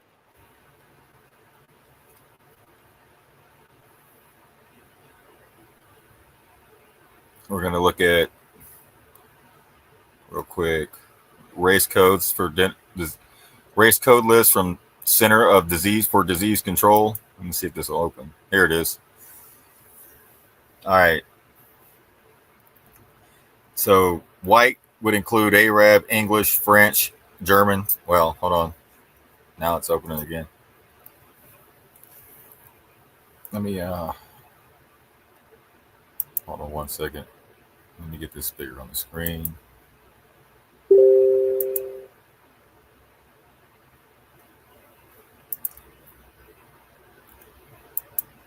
All right, there we go. White would be 101 white. Arab, English, French, German, Irish, Italian, Near Easterner, Polish, Scottish, Armenian, Assyrian, Egyptian, Iranian, Iraqi, Lebanese, Middle East, Palestinian, Syrian, other Arab, Afghanistan, Israeli, California, Cajun, European, Portuguese, Albanian, Croatian, Czech, Russian, Ukraine, Czechoslovakian, Bosnian, Kosovian, and multiple white responses. But we go down. Like,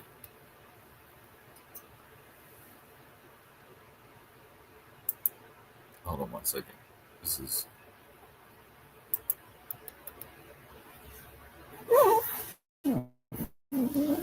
And then we see black or African American, black African American, Afro American, Negro. But we go down to American Indians, and there's so many different ones. And Alaskan Natives, Japanese, Korean, Asian. We got Malaysian. Let me see if this will go. For some reason, it's not working. Huh. But I just wanted to show the list of all the different races. Native American, Native Hawaiian. I mean,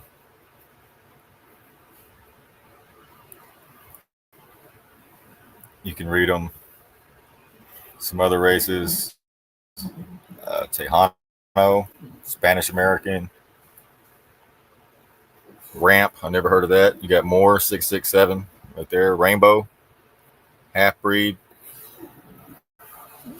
other races, Canadian, Jewish, American Indian. You get all the different American Indian.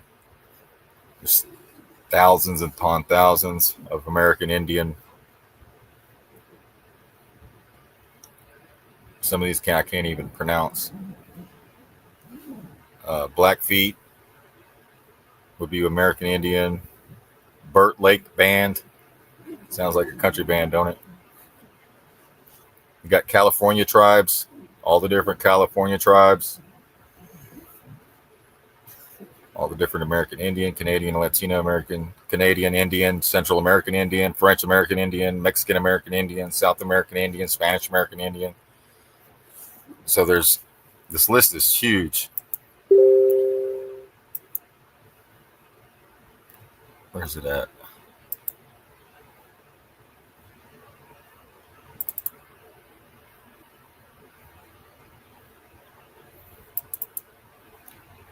Okay. Okay, here it is.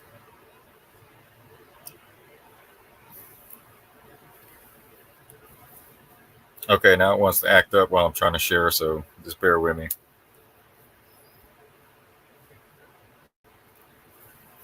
I just wanted to show how long this list is. Cherokee, there's so many. You got Cherokee, Alabama, Cherokees of Northeast Alabama, Cherokees of Southeast Alabama, Georgia, Eastern Cherokee, Western Cherokee, White River Band of Cherokee, Four Winds Cherokee, Cherokee of Georgia, Cherokee Shawnee.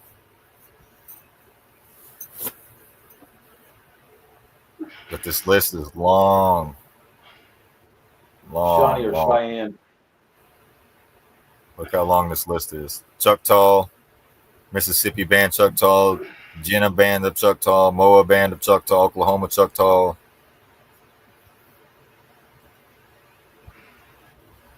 But it goes on and on and on. All different Alabama, all different states. I shared this out so everyone could take a look at it. It's really long. Delaware Tribes of Indians, Muncie, Delaware Tribe of Western Oklahoma, Sandhill Band of Delaware Indians. But this list is... Now, this list is recognized by the corporation, right? Yeah, this is the race code list from the Center for Disease Control. Oh, wow. Yeah, these are all the different tribes that run the land.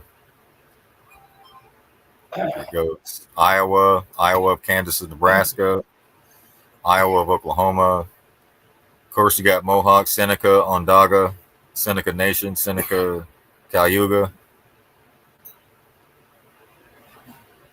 But it's pretty long, but I just wanted to show you how long it is. So when people just check the box of white or black, you're really cheating yourself of your identity.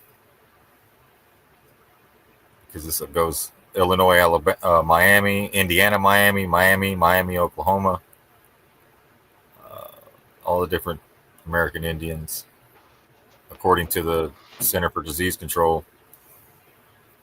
But look how long this list is. Wow, that's crazy. I don't know what year it is. That's awesome, though. Huh?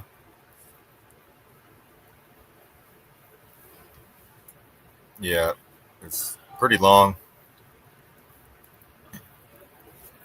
But that's how many different American Indians are on the land. You see how long it goes. Sioux.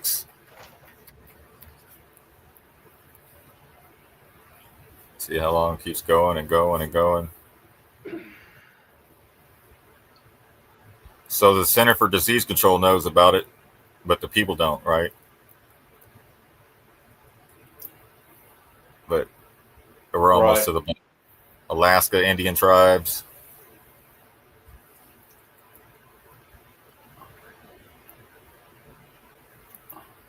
Still going. Still going.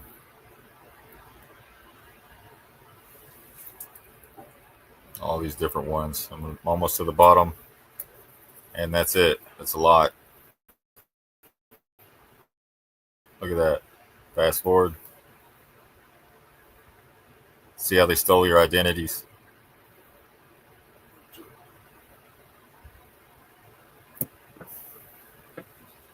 All right. Wow. Talk about stolen identity, right? Speaking of stolen identities or identities changing, we got the OKC bomber. Remember that? Tim McVeigh. Yep. Timothy McVeigh. Yep. Didn't have nothing to do with it in the first place. No.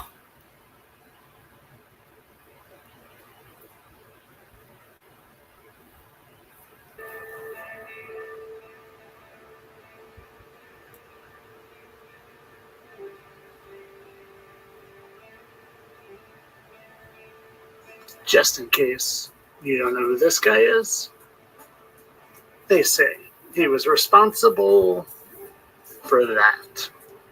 And this guy, well, he's one of these guys. And even though I saw this about 2 years ago, it's making the rounds again. So I thought maybe I could help you all see the truth in it with my smoking gun. First, maybe let's just look at the glaring similarities. If those aren't the same nose and teeth, I don't know what is. And yeah, maybe they took off just a little bit. Now I'm just going to let you watch and point out what I circled.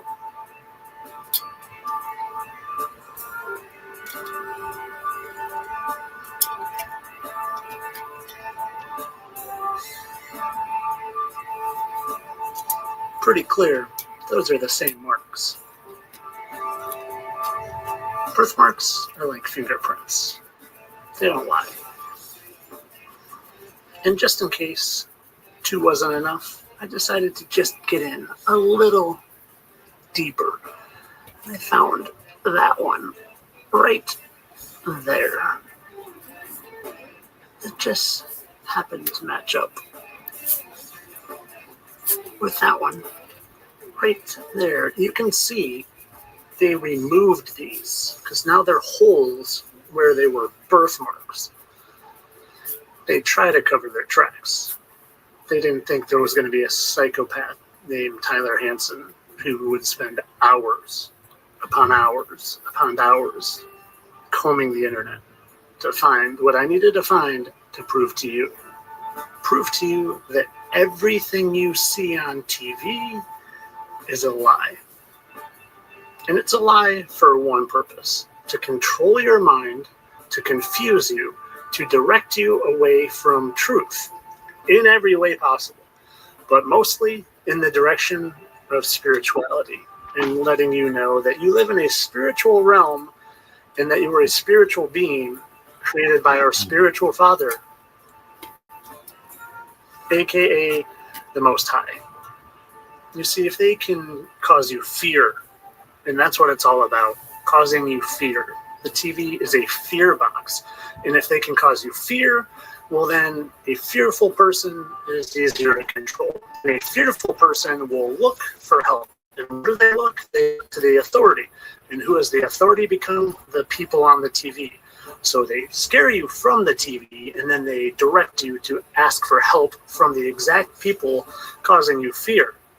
The people on the news, the people in the government, the Hollywood actors that are put in place to cause fake scenes to make you think that death and fear and terrible things are happening all the time. If you just turn off the TV and you look around, there aren't fearful things happening all around you. Turn off the TV. If you would have done that during the 2020 incident, if you would have just turned off the TV and looked around, you'd have been like, everything's fine. Nothing's going on. Unless you were one of those people that went to the hospital and they hooked you up to a ventilator and pumped you full of remdesivir. That was a cocktail for death. So yeah, hospitals had people dying in them because they were killing them. But of course, I'm a satire account, and all I do is create these videos to entertain you. None of this is real. It's all my opinion, moderators, so please don't take it down. Like I said, For entertainment purposes only, people.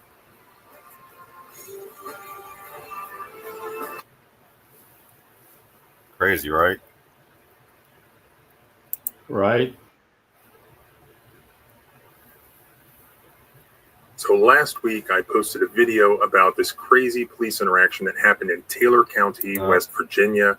I don't The know why it cops always showed up plays at this that. guy's house without a warrant over a Facebook post Hold on. and arrested him. All right. Freedom of speech. I could 100% write up a warrant for you. Mike, you remember those the documents that was on Pam Bondi's desk?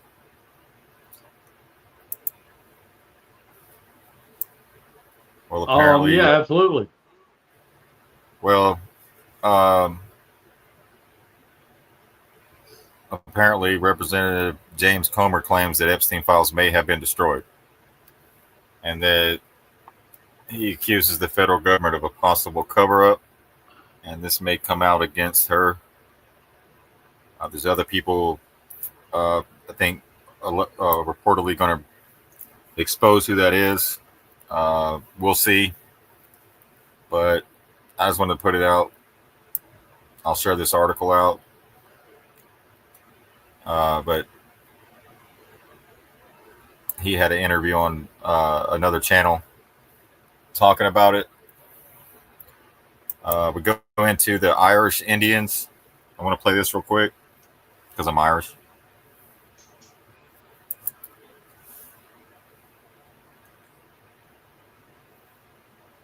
Just 2-minute clip.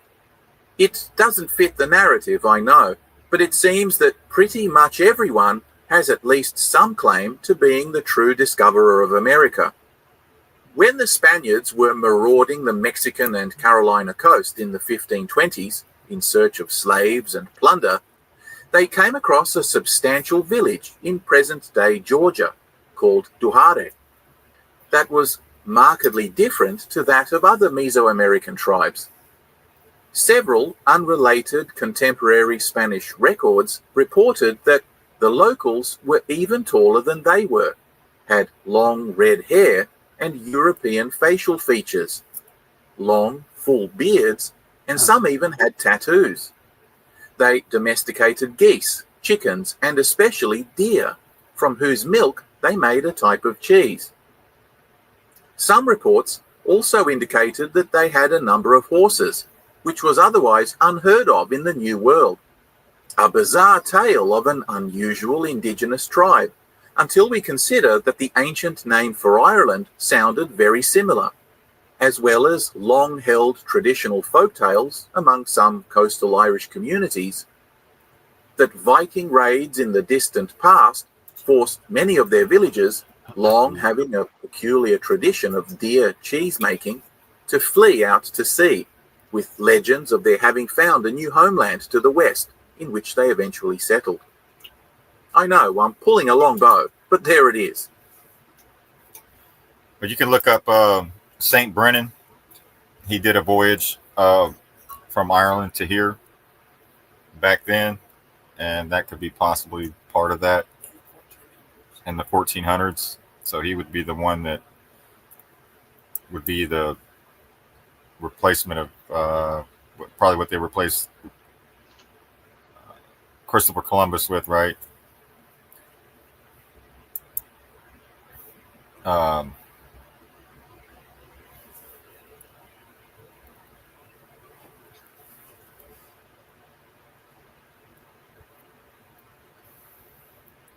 So you go look up St. Brennan, the Voyager. This is in the Bronx. This is Biden versus Trump. Means nothing here when it comes to the homeless in America.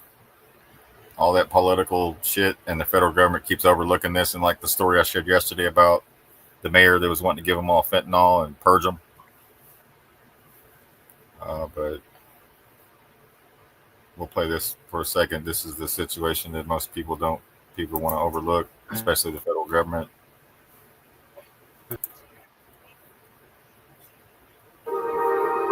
The Bronx, One of New York City's most iconic boroughs is known for its vibrant culture, rich history, and strong community spirit.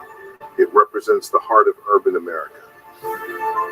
But beyond the lively streets and resilient communities, there lies a harsh and growing reality.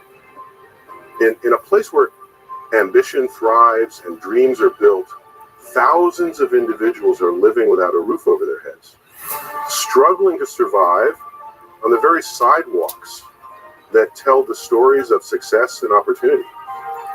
How can a borough like the Bronx, with its deep roots and proud heritage, allow homelessness to become an ever-present shadow on its streets?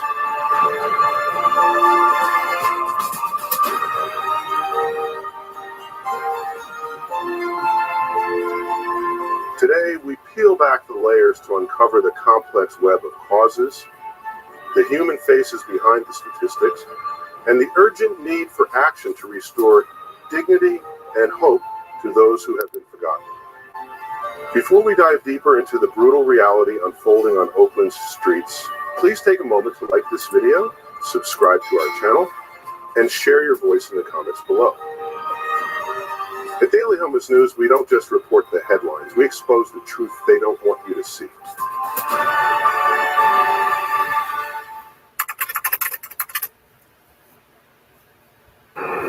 As of January 2025, New York City reported an alarming total of 120,513 individuals seeking shelter each night, with the Bronx making up a significant portion of this overwhelming figure. Shockingly, nearly 70% of those residing in shelters were part of homeless families, with 41,615 of them being children. This marks an unprecedented rise in the number of 41,000 children homeless. Individuals forced to live in temporary accommodations, underscoring the growing intensity of the homelessness crisis. The Bronx, already plagued by high poverty levels and the scarcity of affordable housing, has become a focal point for this crisis.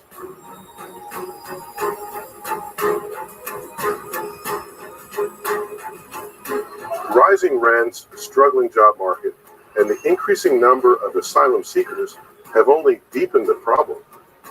The span of just 1 year, from January 2023 to January 2024, homelessness in New York State saw a staggering increase of 53.1%, with the Bronx experiencing one of the highest spikes.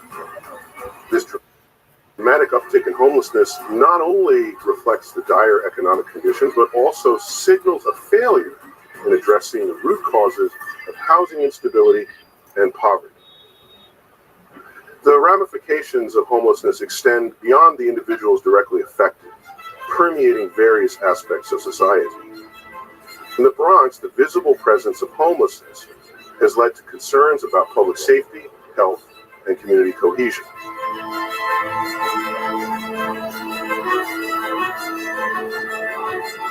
Areas like the Hub have become hotspots for drug use and crime, deterring businesses and residents alike. Moreover, the strain on public resources is evident, with increased demand for emergency services, healthcare, and law enforcement. The educational system is also impacted as schools grapple with the challenges of supporting homeless students, who often face barriers to consistent attendance and academic achievement. This disturbing trend prompts us to question the effectiveness of the current policies in place. Are the existing support systems truly adequate in meeting the growing needs of the homeless population, or are they simply unable to keep up with the accelerated crisis? The question lingers, what is being done, and is it enough to curb the rise of homelessness in a borough that is struggling to keep up with its own challenges?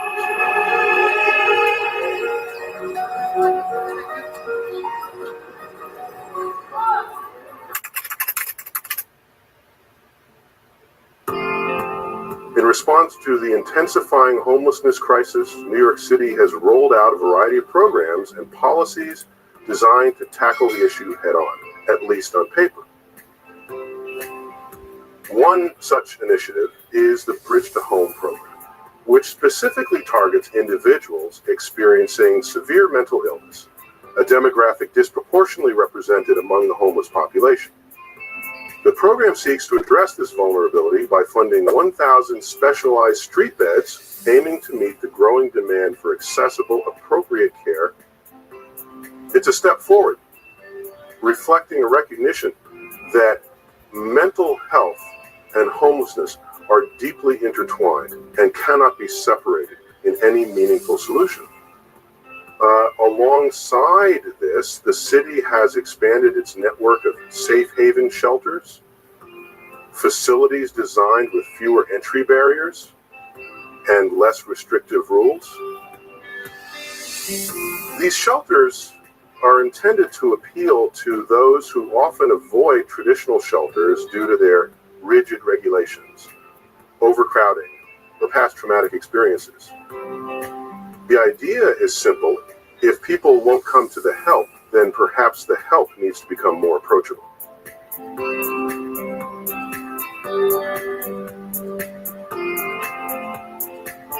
But while these initiatives sound promising, many advocates and service providers remain skeptical. Critics argue that such programs are underfunded, inconsistently executed, or implemented with an overly bureaucratic mindset that fails to truly meet people where they are.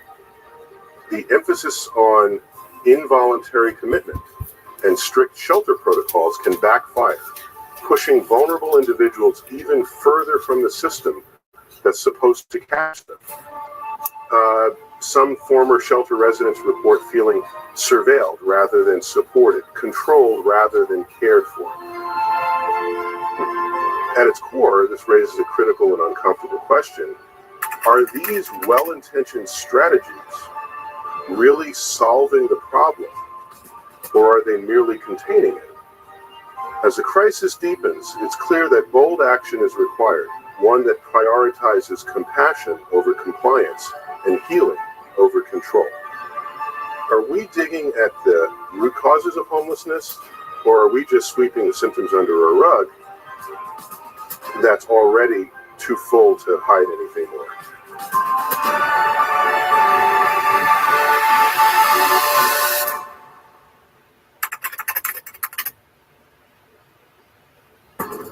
To truly understand the crisis of homelessness in the Bronx, we need to look beneath the surface, beyond what we see in encampments and shelter lines, and dig into the deeper issues that push people out of their homes and onto the streets. Homelessness doesn't just happen overnight. It's the result of a system that fails people at every level, and in the Bronx, several key forces are driving this heartbreaking trend. First and foremost is the severe lack of affordable housing. The Bronx has seen rents skyrocket in recent years, while the availability of low-income units continues to shrink.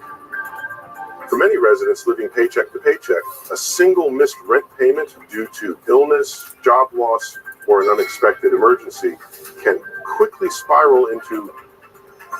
The housing crisis isn't just about numbers, it's about the growing gap between what people earn and what it actually costs to live in this city. Affordable housing isn't just scarce, it's becoming a luxury.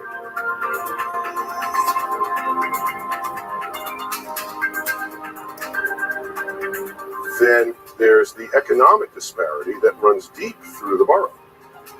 High unemployment and underemployment continue to plague communities, and even those who are working full-time often earn wages that can't keep up with the cost of living. Stagnant wages, rising inflation, and limited job opportunities in key sectors make it nearly impossible for many to climb out of poverty. The math simply doesn't add up. When rent is half or more of your income, there's nothing left for basic necessities, let alone emergencies. Mental health and substance use disorders are also significant contributors Yet our systems continue to treat them as afterthoughts rather than priorities. Access to quality, affordable mental health care is limited, and many individuals struggling with these challenges are left to navigate the streets without proper support or treatment. This neglect only worsens their condition, making it harder for them to find and maintain stable housing. And it's not just about treatment, it's about long-term care, community reintegration, and dignity.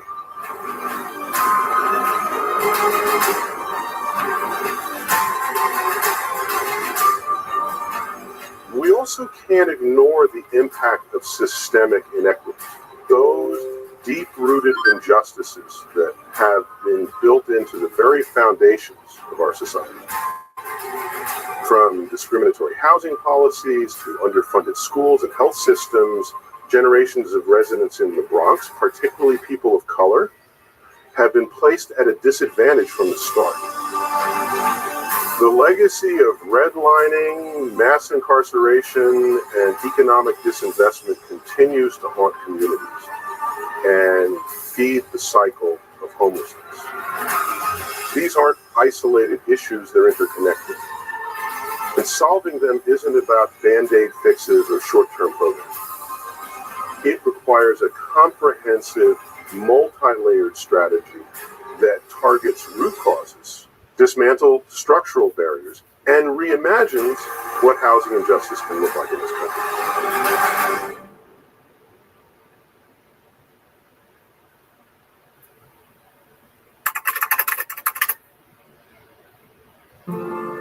While the government has taken steps to combat homelessness, significant gaps remain.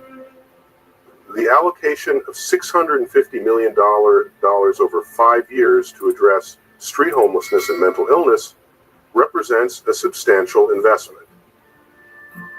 However, the effectiveness of such funding depends on its implementation and the prioritization of long-term solutions over short-term remedies.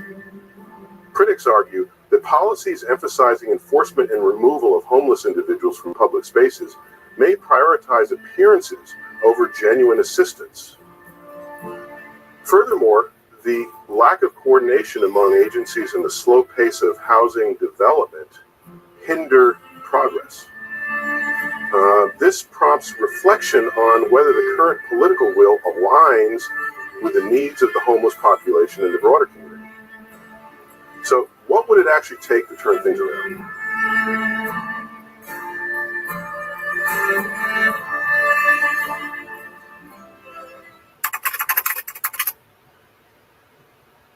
While government programs and policies have made some strides in addressing homelessness, it is clear that much more needs to be done. The solution to homelessness in the Bronx and in other cities across America requires a fundamental shift in both policy and societal approach.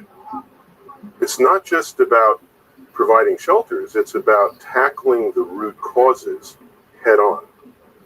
The first step is to expand access to affordable housing.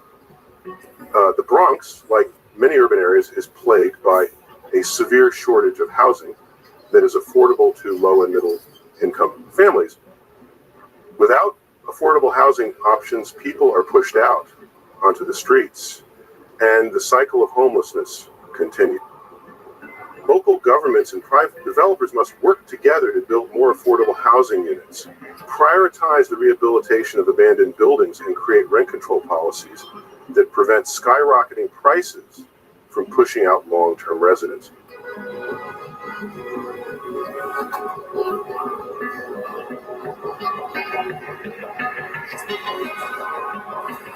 Moreover, to truly make a difference, these efforts must be coupled with policies that provide financial support to low-income families, such as housing vouchers and subsidies. Without these types of initiatives, individuals who are already struggling will continue to fall through the cracks. We can no longer rely solely on temporary solutions, such as emergency shelters, which often perpetuate the cycle of homelessness. What's the point of providing shelter for someone if they still can't afford the basics? A deeper focus on mental health and addiction services is equally critical. Many individuals experiencing homelessness also suffer from untreated mental health conditions and substance abuse disorders, both of which significantly complicate their ability to find stable housing. The Bronx needs more accessible mental health programs, including counseling and rehabilitation services. These services should not be seen as an afterthought or a side note to housing initiatives. They must be an integral part of any strategy to combat homelessness. How can we expect individuals to build stable lives without the proper emotional and psychological support?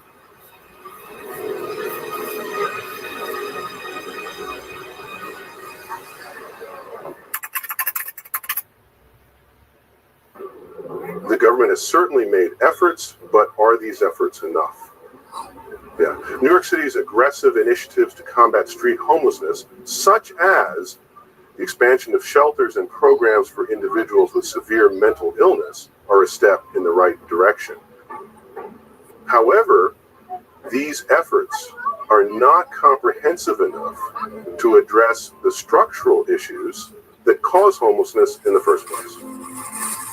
And as we've seen, the Bridge to Home program and similar initiatives provide temporary relief, but fail to provide long-term solutions. The Bronx's continued homelessness crisis illustrates the failure of these programs to get to the heart of the issue. Furthermore, policies that prioritize enforcement, removing homeless individuals from public spaces, often exacerbate the problem rather than solve it.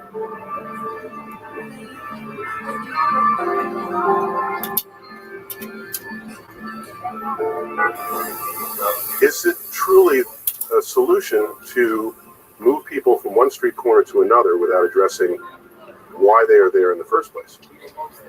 The government's failure to address the deep systemic issues contributing to homelessness, such as poverty, racial inequities, and a lack of affordable housing, further fuels the crisis.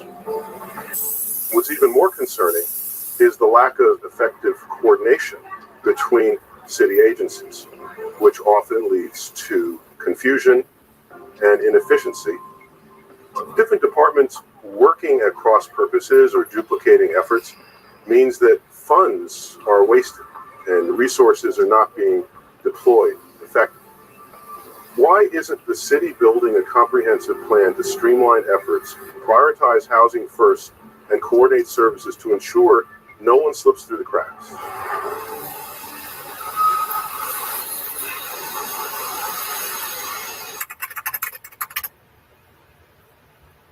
To address homelessness effectively in the Bronx and across America, policymakers must rethink how they approach the problem. What's missing is a focus on prevention, not just intervention. It's essential to develop a system that helps people before they fall into homelessness, ensuring access to affordable housing, healthcare, and employment opportunities. It's time to put real policies in place that treat homelessness as a multifaceted issue that requires multifaceted solutions.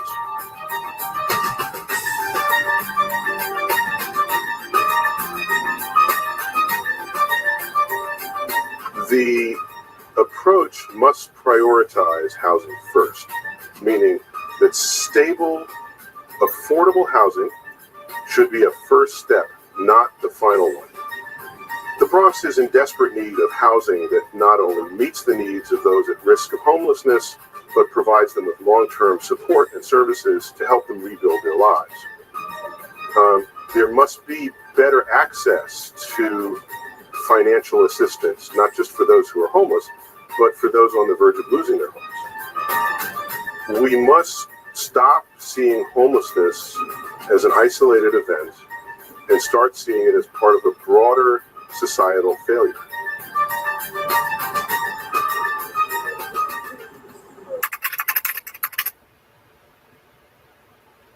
While the government plays a crucial role in addressing homelessness, the community's involvement is equally important.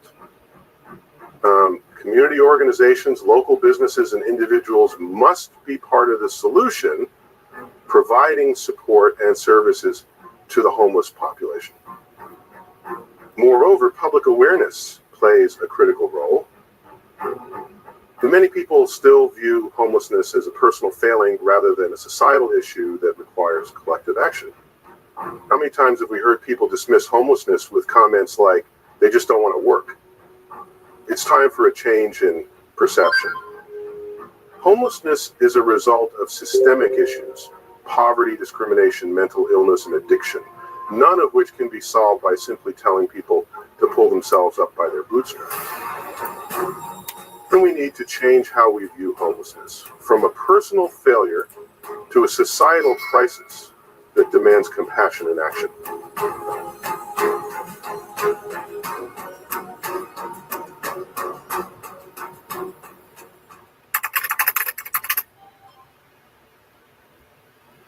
The Bronx is a microcosm of the larger issue of homelessness in America. With over 120,000 people experiencing homelessness across New York City, the city must do more to address the root causes of this crisis. People we cannot afford to ignore, the voices of those who've been pushed to the margins. We cannot afford to pretend that the homeless problem will simply go away on its own. I think the statistics speak for themselves. Are we really okay with the fact that so many people have to call the streets their home? The time for complacency is over. It's time for action. The solutions are clear. We must provide more affordable housing, invest in mental health and addiction services, and create a stronger social safety net that prevents people from falling into homelessness in the first place. But it's up to all of us to demand these changes. Whether through voting, volunteering, or simply raising awareness, every one of us has a part to play in ending homelessness in the Bronx and beyond.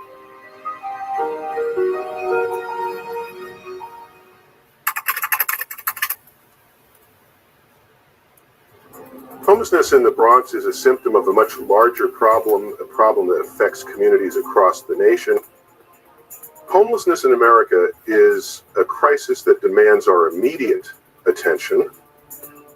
If we don't act now, the consequences will only get worse. It's a call to action, a call for change, and a call for compassion. To be the generation that refuses to accept homelessness as a norm, let us be the generation that chooses to build a society where everyone has a place to call home.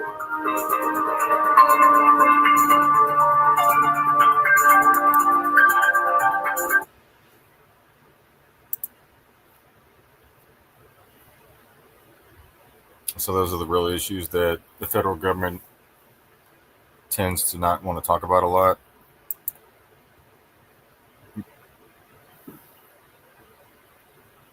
Yeah, they don't care if we got people living in the streets. And I'm about had a belly full of them, not paying attention to the real problems at hand, right? The first one being that their ass don't belong here no more. But homelessness is, we heard a whole lot about how the homelessness was going to be fixed in 2016, right? Today you can't get him to talk about it. Yeah. This is the last one I'm going to play right here. This is amazing. This is a law enforcement officer upholding his oath, and he refuses to obey an unlawful order to remove a speaker. So I want to show an example of what we should be seeing versus what I've been seeing in these meetings. where they're when one of these people have someone removed from speaking, and then you have 4 or 5 officers tackling them and dragging them outside. I want to also show the good side of that there are some good people out there that do uphold their oath, and this is what it looks like.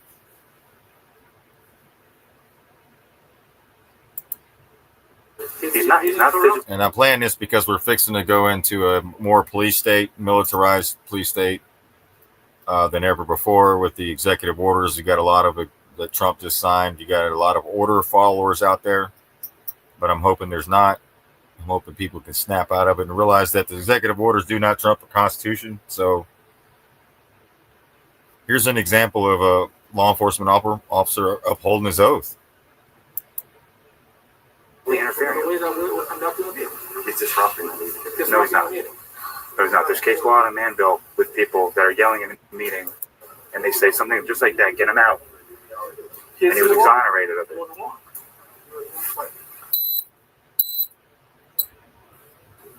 I'm not removing him. He's not physically interfering with the meeting. He's allowed to be upset and raise his voice and say his opinion. He's not being removed from the meeting. I know you very well. Okay? How many times did you follow the rules? This resolution. All right? You can come back and talk about the others.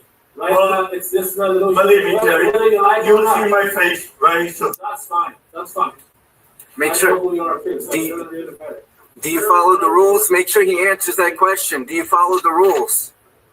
So, yeah. So he was a quick answer up here, but he just immediately jumped on him.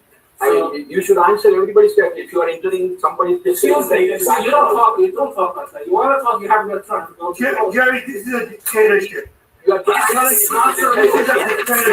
Yes. What did you do? You are not answering any rules. Sir, how many times come over here? Excuse me. Everybody's question and you are not answering single. I can answer it. I don't have to answer it. Okay? I'm answering after he finishes his question. That's the way. That's what I mean. Excuse me. No back and forth. Akil? You didn't answer my question. I was standing there. Whether you like it or not, I answer. You just don't like the answer. That's what it is. To answer your question, speaking for answer 4. I'm the board chair. I conduct the meeting. That's what it is. Excuse me. No more. If I see you one more time, you're out. Akil? Yeah, that's what you can do. Take him out. Take him out. I agree.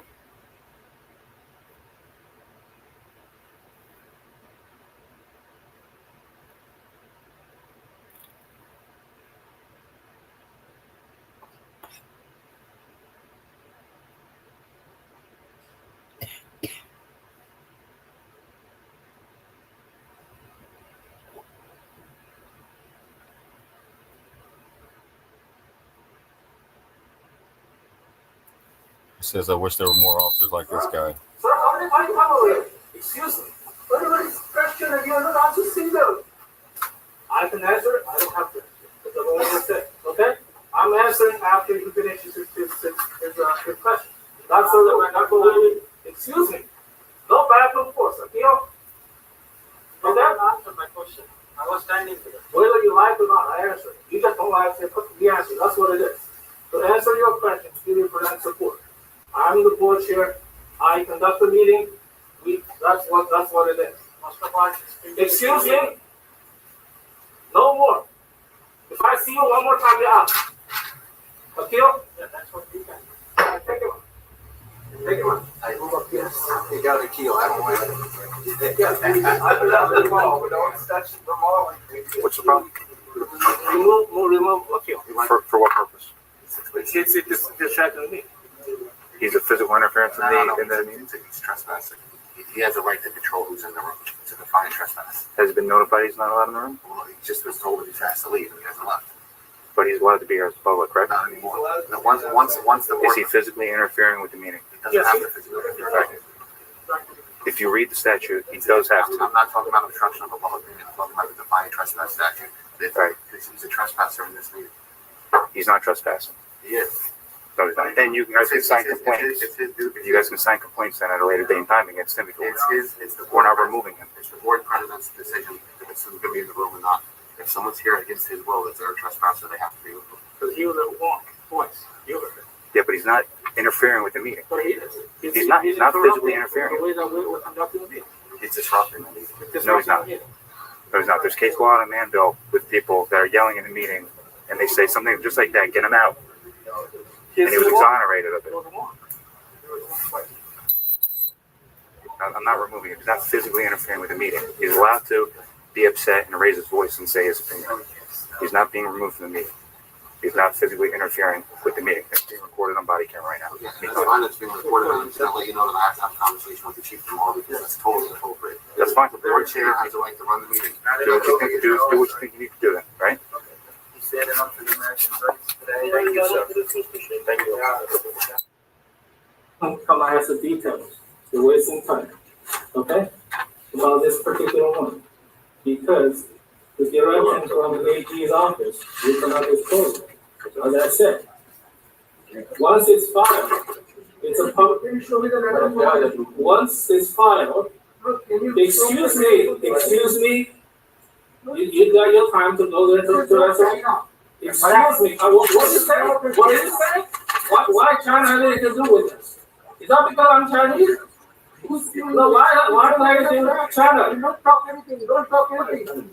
That's the direction from the AG's office. If you have issue, whatever. There is no excuse me.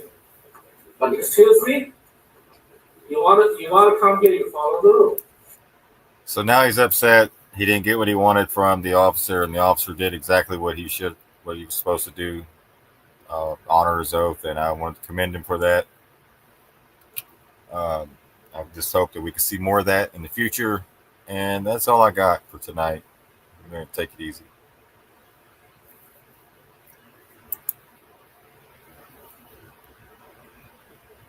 All right, all right. Can I give you the date for what? What date are you asking for? Today's the 7th of May, hopefully. I really don't know for sure, do it. Yeah, that gives me hope. You know, police officers, some of them have some common sense, and they could use them.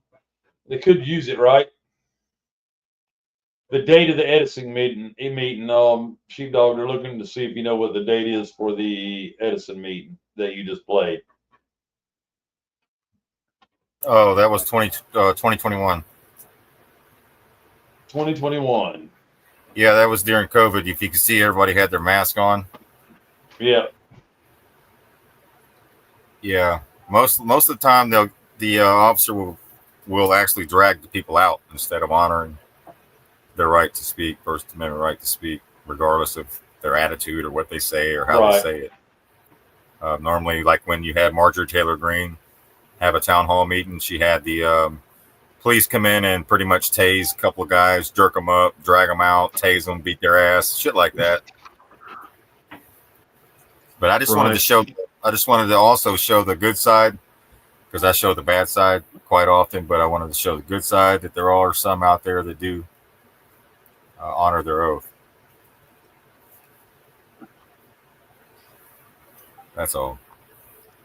Yeah, it's an older one, but it's ample, and it's hard. They're very few and far in between, but there are some out there.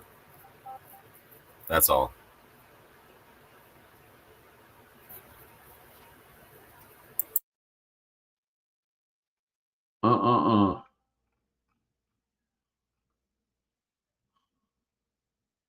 I watch a lot of those meetings, so I always see the cops being going against their oath all the time. I mean, at every meeting, just about. Right. As soon as the judge or somebody says remove them, they swarm in on them and then kick them out, which is a violation of their oath. Every one of them. There's so many, but I just wanted to show the good side, just to give people hope that there are some good people out there that, you know, he might have been a veteran, who knows, but regardless, but I just wanted to show that, and hopes that somebody. See, me, I'm the type of Go ahead, Sheepdog. I'm sorry. No, I was done, Mike.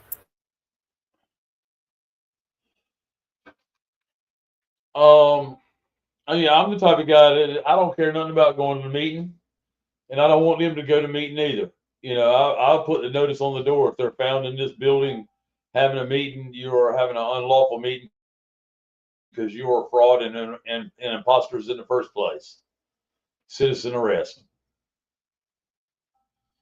I mean, no need to disrupt their meeting. Let them have it. Then citizen arrest their ass because they're imposters anyway. Every damn one of them. I guess I'm I'm tired of playing games. Someone said no more reindeer games at the beginning in the chat. I agree. You know, I've said that before too.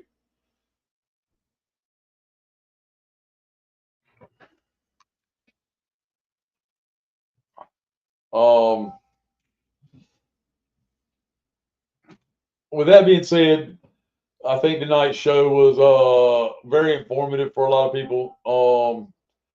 The list of races and all the Indian tribes at the CDC is very, very telling, and how much of it was. You talk about stolen identity, man, right? Right? Yep. Wow. And, you know, of course, Empress has said they know who we are, right? And Arad has said the same thing, so has Taj. They know who we are. It makes perfect sense that they would know that there's that many American Indians on the land, right? We all just got to wake up and get busy with it. They got to go. Thank you so much for your time tonight. A little over 2 hours. We're so happy to be here. So grateful to be able to share with everybody. I really enjoy the conversating in the chat with each other, and it really builds a lot of character, and it leads a lot of people to understand that we are capable, even though we have differences, of coming together. Right? Love you all. Hope you have a good night. Love you.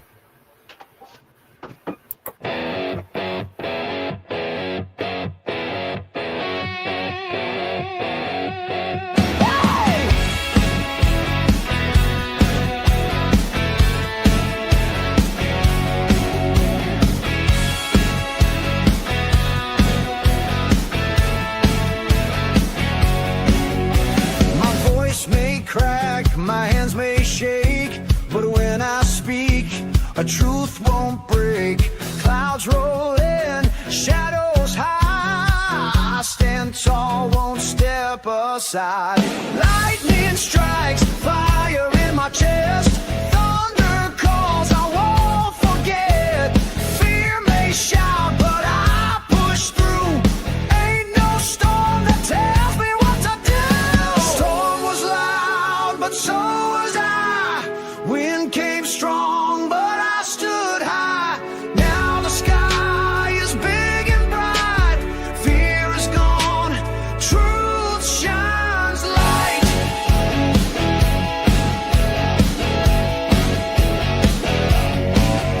Storm tried to shake me, test my ground. The roots run deep, I don't back down. Rain washed over, cleared my sight.